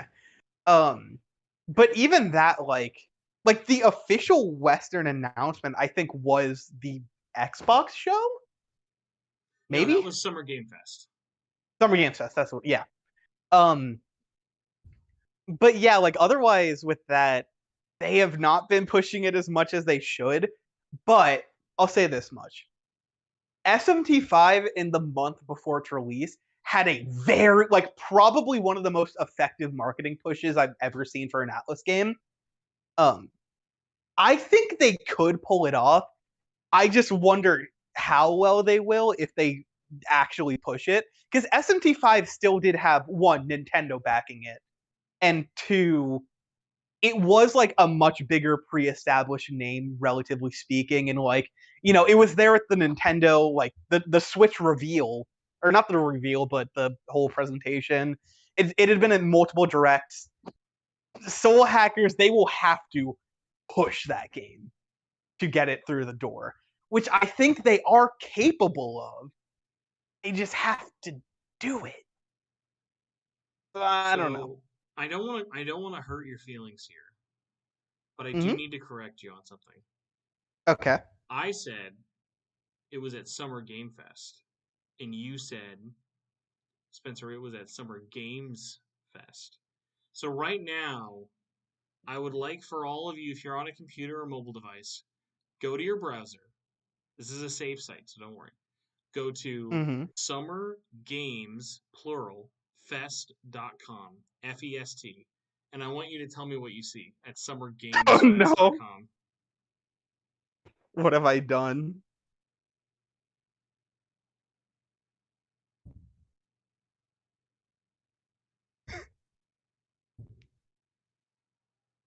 I'm just going to sit here until you get there. Uh-huh. You see it? Why? Because people kept saying it wrong. It is Summer Game Fest. One game. There's only one game they're showing, Soul Hackers 2. So some guy took the URL for Summer Games Fest, and what you're looking at, I won't describe to you, but it's definitely not Jeff Keighley's smiling face. The thing that's getting me as well. Okay. Do you know what you see the thing on the right? Mm-hmm. The shell? Yeah. Yes. You know what that is, right? I do know exactly what that shell is. That's honestly the most attention grabbing thing in that entire image. Oh, Crafty, and thank you. Welcome back to the party. Welcome back to the party, friend. That would be like a really good that would be like a really great slogan to use without any context. Like you know you're a real one if you remember the fucking Taco Bell show with "Welcome Back to the Party, Friend." Mm-hmm. But yeah, I had to call you back for that one. But because I think for me, I was talking about this with Jody and a couple other people recently of why I think Soul Hackers 2 is still in a really good place, assuming nothing blows up in their face, marketing or attention wise. But I think you're a lot more of a good general case of you're definitely more of a general Persona fan than anything else. So I'm Me? wondering then for you, where are the people who are most like you and aren't hey, I'm gonna eat this up whatever it is, like I am. Where do you think the normal kind of Persona mainstream fan is looking at Soul Hackers 2 as of now? I have no idea because I'm definitely more on the I mean, I see okay, Atlas game. let me revisit. I feel like you are in a lot more circles with people who are definitely more in the Persona than anything else fan. I mean, generally I've seen excitement enough for it. It's just they really haven't been pushing it, so you can only talk about it so much while we're just kind of yep, that's the demon of the day. So I don't know. I don't have a really strong gauge of it. It's just I don't know. Everyone I talk to seems to think it looks awesome, but is there we'll see if anything they you think actually buy it. they could have or should be doing differently? I don't know. Put up more real trailers. All of their trailers are kind of weird. I don't know how to describe it. They're all presentations rather than actual trailers. I think we just need more actual trailers. Just something to give a very nice condensed look at everything, because it always seems to sway either too far into story or too far into gameplay. There isn't many videos that get everything together at once. No, I get that for sure. Mm-hmm. I think we just need one nice vertical slice of a trailer, put that out there, market it, get people engaged in the topic and wanting to get it, and then sell them your DLC or whatever. Guys, I just realized we're in trouble. Ah, frick. There is now a new AAA game that comes out the exact same day as Soul Hackers 2. Mm-hmm. What would you do if I said the pack is back? Ah, frick. It's literally the Well, same day as Pac-Man World Repack. well, Pack it you up, had a boys. nice run, Atlas. Pack You it might up, as well guys. take, Sorry, Soul might as well Hackers close up 2. shop now. Jesus. Like now, if oh god, this is a great question. This will be a good like in ending the show question. I'll put in the live chat, but I also want to just know in general with everybody, what will sell better? Everyone, be honest. What will you like more? What will genuinely sell better worldwide? Oh, I have the easy answer. I think it might be Pac-Man. I don't even want this to. I love Pac-Man World, but I'm scared that that might actually be the answer. Oh, it's obviously going to be. It's on Switch. Oh, I thought you were just kidding because the pack is back. The pack is, dude. They got so freaking lucky. Bandai Namco got so lucky with that, or like that meme happened right before this announcement. Deep Weeb, you say it looks cheap as hell. It's also a game that's half the price. It is a $30 game available at retail and digital worldwide. Unlike Klonoa, unfortunately, that got sent out everywhere else retail except America. So like I really wonder. Although I will say, by the way, one of the funniest things about Pac-Man World was like the people who genuinely thought Bandai Namco only made that because of the memes. Like, No, like they got it out in a week, boys. that would be amazing if that was true. They're like, guys, crank up the remake machine. We got a Pac-Man meme.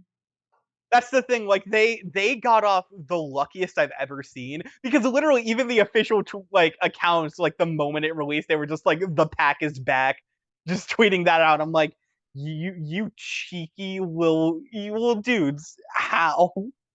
Like part of that in an almost dystopian sense. I don't think this happened, but it's like I can just imagine companies like manufacturing the best memes they possibly can right before they have a big announcement just so they're like back in the public eye. Like we're gonna get a resurgence in Bubsy memes, and then we're gonna get Bubsy 6 around the corner, guys. Oh man, I just realized. So Flare of Legacy brings up a great point. Cheaper, also on Switch, like you mentioned, and it got direct Nintendo Direct marketing treatment, Yeah. which is definitely helps it in the promotional side. Mm-hmm. So I'll say this: A, because I'm extremely poor for moving. By the way, guys, don't move. Terrible time to ever pay rent anywhere. Don't do it. Also, don't Yeah. buy a house. I'll say this because I've been inspired enough, but not enough to do it for free. If any depraved individual out there would like to get a handcrafted, I just got this idea now of drawing this, but only like I would only want to draw this like on actual paper with like pencils and stuff, and not like digital. Uh-huh. It's Pac-Man World Pac-Man in the middle, but instead of the ghost, it's the four party members from Soul Hackers 2 just Soul dressed up Packers. as the Soul Hackers ghost. I need Soul Packers. Give it to me. Soul Packers, oh my god, Soul Packers 2 repacked. If you would like to see my very bad artist reputation of this, you could please just super chat it in now. I'll find you. I'll send it to you. You can frame it and then just say, "What is this childlike Crayola drawing I found?" I was like, "Mom, I gave this man $1 on YouTube for this. This is how I Oh spent my gosh. money now." I'll be like, "That seems like a very Uh wise investment. I should frame that, and we will make an NFT of it." okay, real quick, actually on the topic of Soul Hackers 2. Soul Packers, I yes. don't exactly. I don't know if you saw when I tweeted this out, but it's still been on my mind. Um Soul Hackers 2, I think looks awesome. I think that game looks like visually, the style is really nice. I think the voice acting sounds good. The gameplay looks great. I'm interested in the story. But one big caveat that does not ruin it for me, it's just really funny. Every trailer in which they say that someone is getting soul hacked, I cannot help but cry with laughter. I can tell you have not listened to my episode I did interviewing Christian, then have you? No. So that was one of my first questions I asked him because he's the voice director. Yeah. I asked him. Shout out to Christian Lamont. So Christian confirmed there is a hilariously large amount of the word soul hacking that is a prevalent thing throughout the entire script. So it's not a Morbin time where like we meme about him saying it a lot. No. They're soul It's hacking there. a lot. Which like okay, because I have not played Soul Hackers 1. I own it, but I still haven't played it. Is soul hacking like itself like a thing, like explicitly? I don't think in the 3DS one they ever specifically say, but I can try to look. Mm-hmm. Yeah, because like I don't know if they ever specifically said like soul hacking at all in it. I'll have to try and like look, but like in my brain, I don't come up with like any like knowledge of the script saying that. So like I think that is a new term. Okay, because like and like I don't think it's inherently a bad thing to use that term in a legitimate sense, I'll like say plot-wise or whatever. You're gonna have to ride a very fine line of it not getting old and not sounding stupid. No, I agree because contextually, from what we've seen, even though it is like there is proper verbiage to it, but it has the same feeling of man, guys, we surely were a Persona 5. Like it feels like that. This really I was. hope it doesn't You know the what? entire game. This podcast really was a Superman 4 Quest for Hope. Exactly. This sure was a Shin Megami Tensei Network podcast. Isn't there like a Twitter account of like fake movies like saying their names? Yeah, no, I love that stuff. Jesus, man. Mr. White, you really did Breaking Bad tonight. I don't know about this guy. We better call Saul for this one.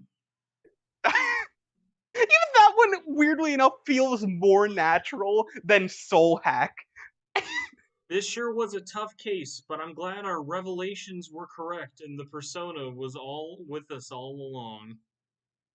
Mr. Naruhodo, you sure are the great Ace Attorney Chronicles. Jesus. I've always wondered myself,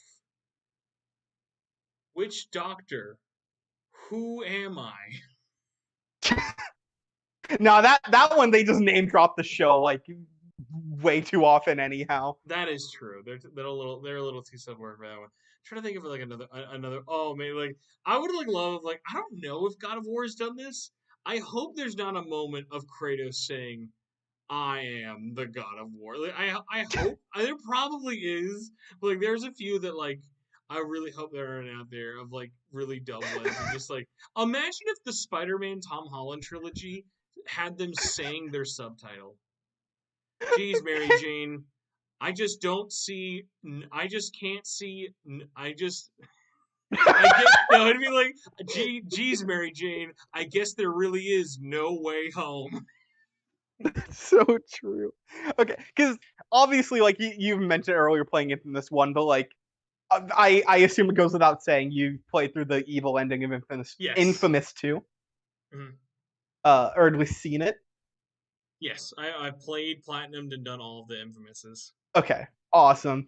Because immediately what popped into my head was, if you remember the evil ending, now I'm just imagining Cole just being like, and now I have become infamous too. Oh, Deep Weave with a good one. This really was a strange journey redux.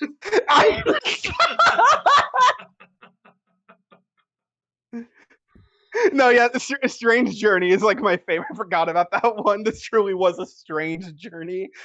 Nanako, I sure am tired after Persona 4 dancing all night. Oh my gosh. The only real mystery we never solved was which one of us was the Persona Q. So dumb. Kane Senpai, thank you so much for giving me this time. I was actually just about to bring this up. Did you know that Infamous is actually in the news today? Why? So, Infamous Second Son, otherwise known as probably second worst Infamous, unfortunately. Sorry, Troy Baker. Had a DLC quest that if you didn't the Coal pre-order, jacket. the Cole's Legacy. So if you did the No, we Legacy only care about quest- the jacket. That's true. So if you did the Cole's Legacy quest, which by the way is the only place in the entire game you can actually hear Zeke. So Zeke is in the quest as a quest giver. You had to either have like the special edition or a collector's edition reserved to get the Cole's Legacy DLC for it, and it was never sold. And they finally, after almost like 8 years or more, just put it on the PlayStation Store for free today, which is What? kind of crazy. So like I specifically remember Chris from the Krillcast wanting to play that DLC because he loves Infamous, but never did the special edition for Second Son and totally missed it. Because you could. And you couldn't buy it. And like you could like people reached out to Sucker Punch for years, be like, can I just because also codes expired. So even if like you bought a new copy, you literally couldn't play it unless you had redeemed it in time. So they finally like put it on the PlayStation Store after all these years. So hey, if you have Infamous Second Son and want to play a pretty fun quest, and I mean also, who doesn't want to hear from Zeke Jebediah Dunban? Okay, because oh yeah, that's so weird. It Well, is because I was weird. gonna say, like, even though you said, the quote unquote second worst, Infamous Second Son is a great game. It has a lot of issues, but it's great game. awesome. It is awesome, but for me, not counting Festival of Blood, just because Festival of Blood's really short. Yeah. I would say it goes Infamous 2, First Light, Second Son, and then 1. I agree. I would say I'll I say agree. this though, Festival of Blood I would rather play than both Infamous 1 or Second Son though. Festival of Blood is very fun. I do find I find every Infamous game fun. Yeah, I guess I'd play Festival of Blood over 1. Like, it's a weird little game, but I do find the vampire mechanics. It's such a weird game, but it is just like a nicer looking, not better playing than Infamous 2, but differently playing Infamous 2. I just like running around stabbing vampires. Well, you know what I also like to do? I like to answer the Shin Megami Tensei 3 Lucifer's Call. That's what I like to do. Right, but you know back around. It's almost 11 o'clock at night for me. It is actually 11 o'clock for you already. We've been going for 2 hours. I think we spent at least 3 hours talking about Marvel and Legend of Korra. So congratulations, guys. You really got us at our most unhinged. Woo! I am tempted. No, I unfortunately put way too much work into the stupid thumbnail for this week's episode. I'll tell you what, I'll find a way to make an episode at some point be like my horrible interpretation of whatever the fuck Soul Packers 2 is going to be. So, Ozzy, thank you for stomaching through this with me in our first new apartment saga of the show. Oh, Craft Team, don't worry. There's like a solid 30 minutes of Korra talk. So if you don't want to hear about us talk about Marvel or Persona 5, like there's some we even Ruby slander in there. So always good to go back. But everybody watching, real quick, thank you for. Oh yeah, what's up? I do have one suggestion for you. Please. Just remove one of the lines on the H in Soul Hackers 2 and just put it on the top. The H? On your thumbnail. For Soul Hackers. Just change it to a P. Soul Packers 2? Mm-hmm. That's I would want to honestly. I'm such a broken man. I would honestly want to go bigger. I'd want to like really Okay. give it the respect it deserves, as opposed to like a tiny one for it. But I do appreciate it. Okay. I will be soul packing soon. Hacking and packing my way come August, whatever the fuck, 25th it is. But where can people soul hack you if they want to find more of you in your very long form palace based content? Well, if you would like to soul hack me, you can go to my account on the YouTube website. That is Oziach. You should watch my Persona 1 review. It is, in my opinion, very good, and I'm proud of it. Or if you want to watch me talk about the Persona 25th anniversary instead, like a lot of other people, you can do that too. And then I'm on Twitter at Revived Oziach, and I'll send you a little kiss there.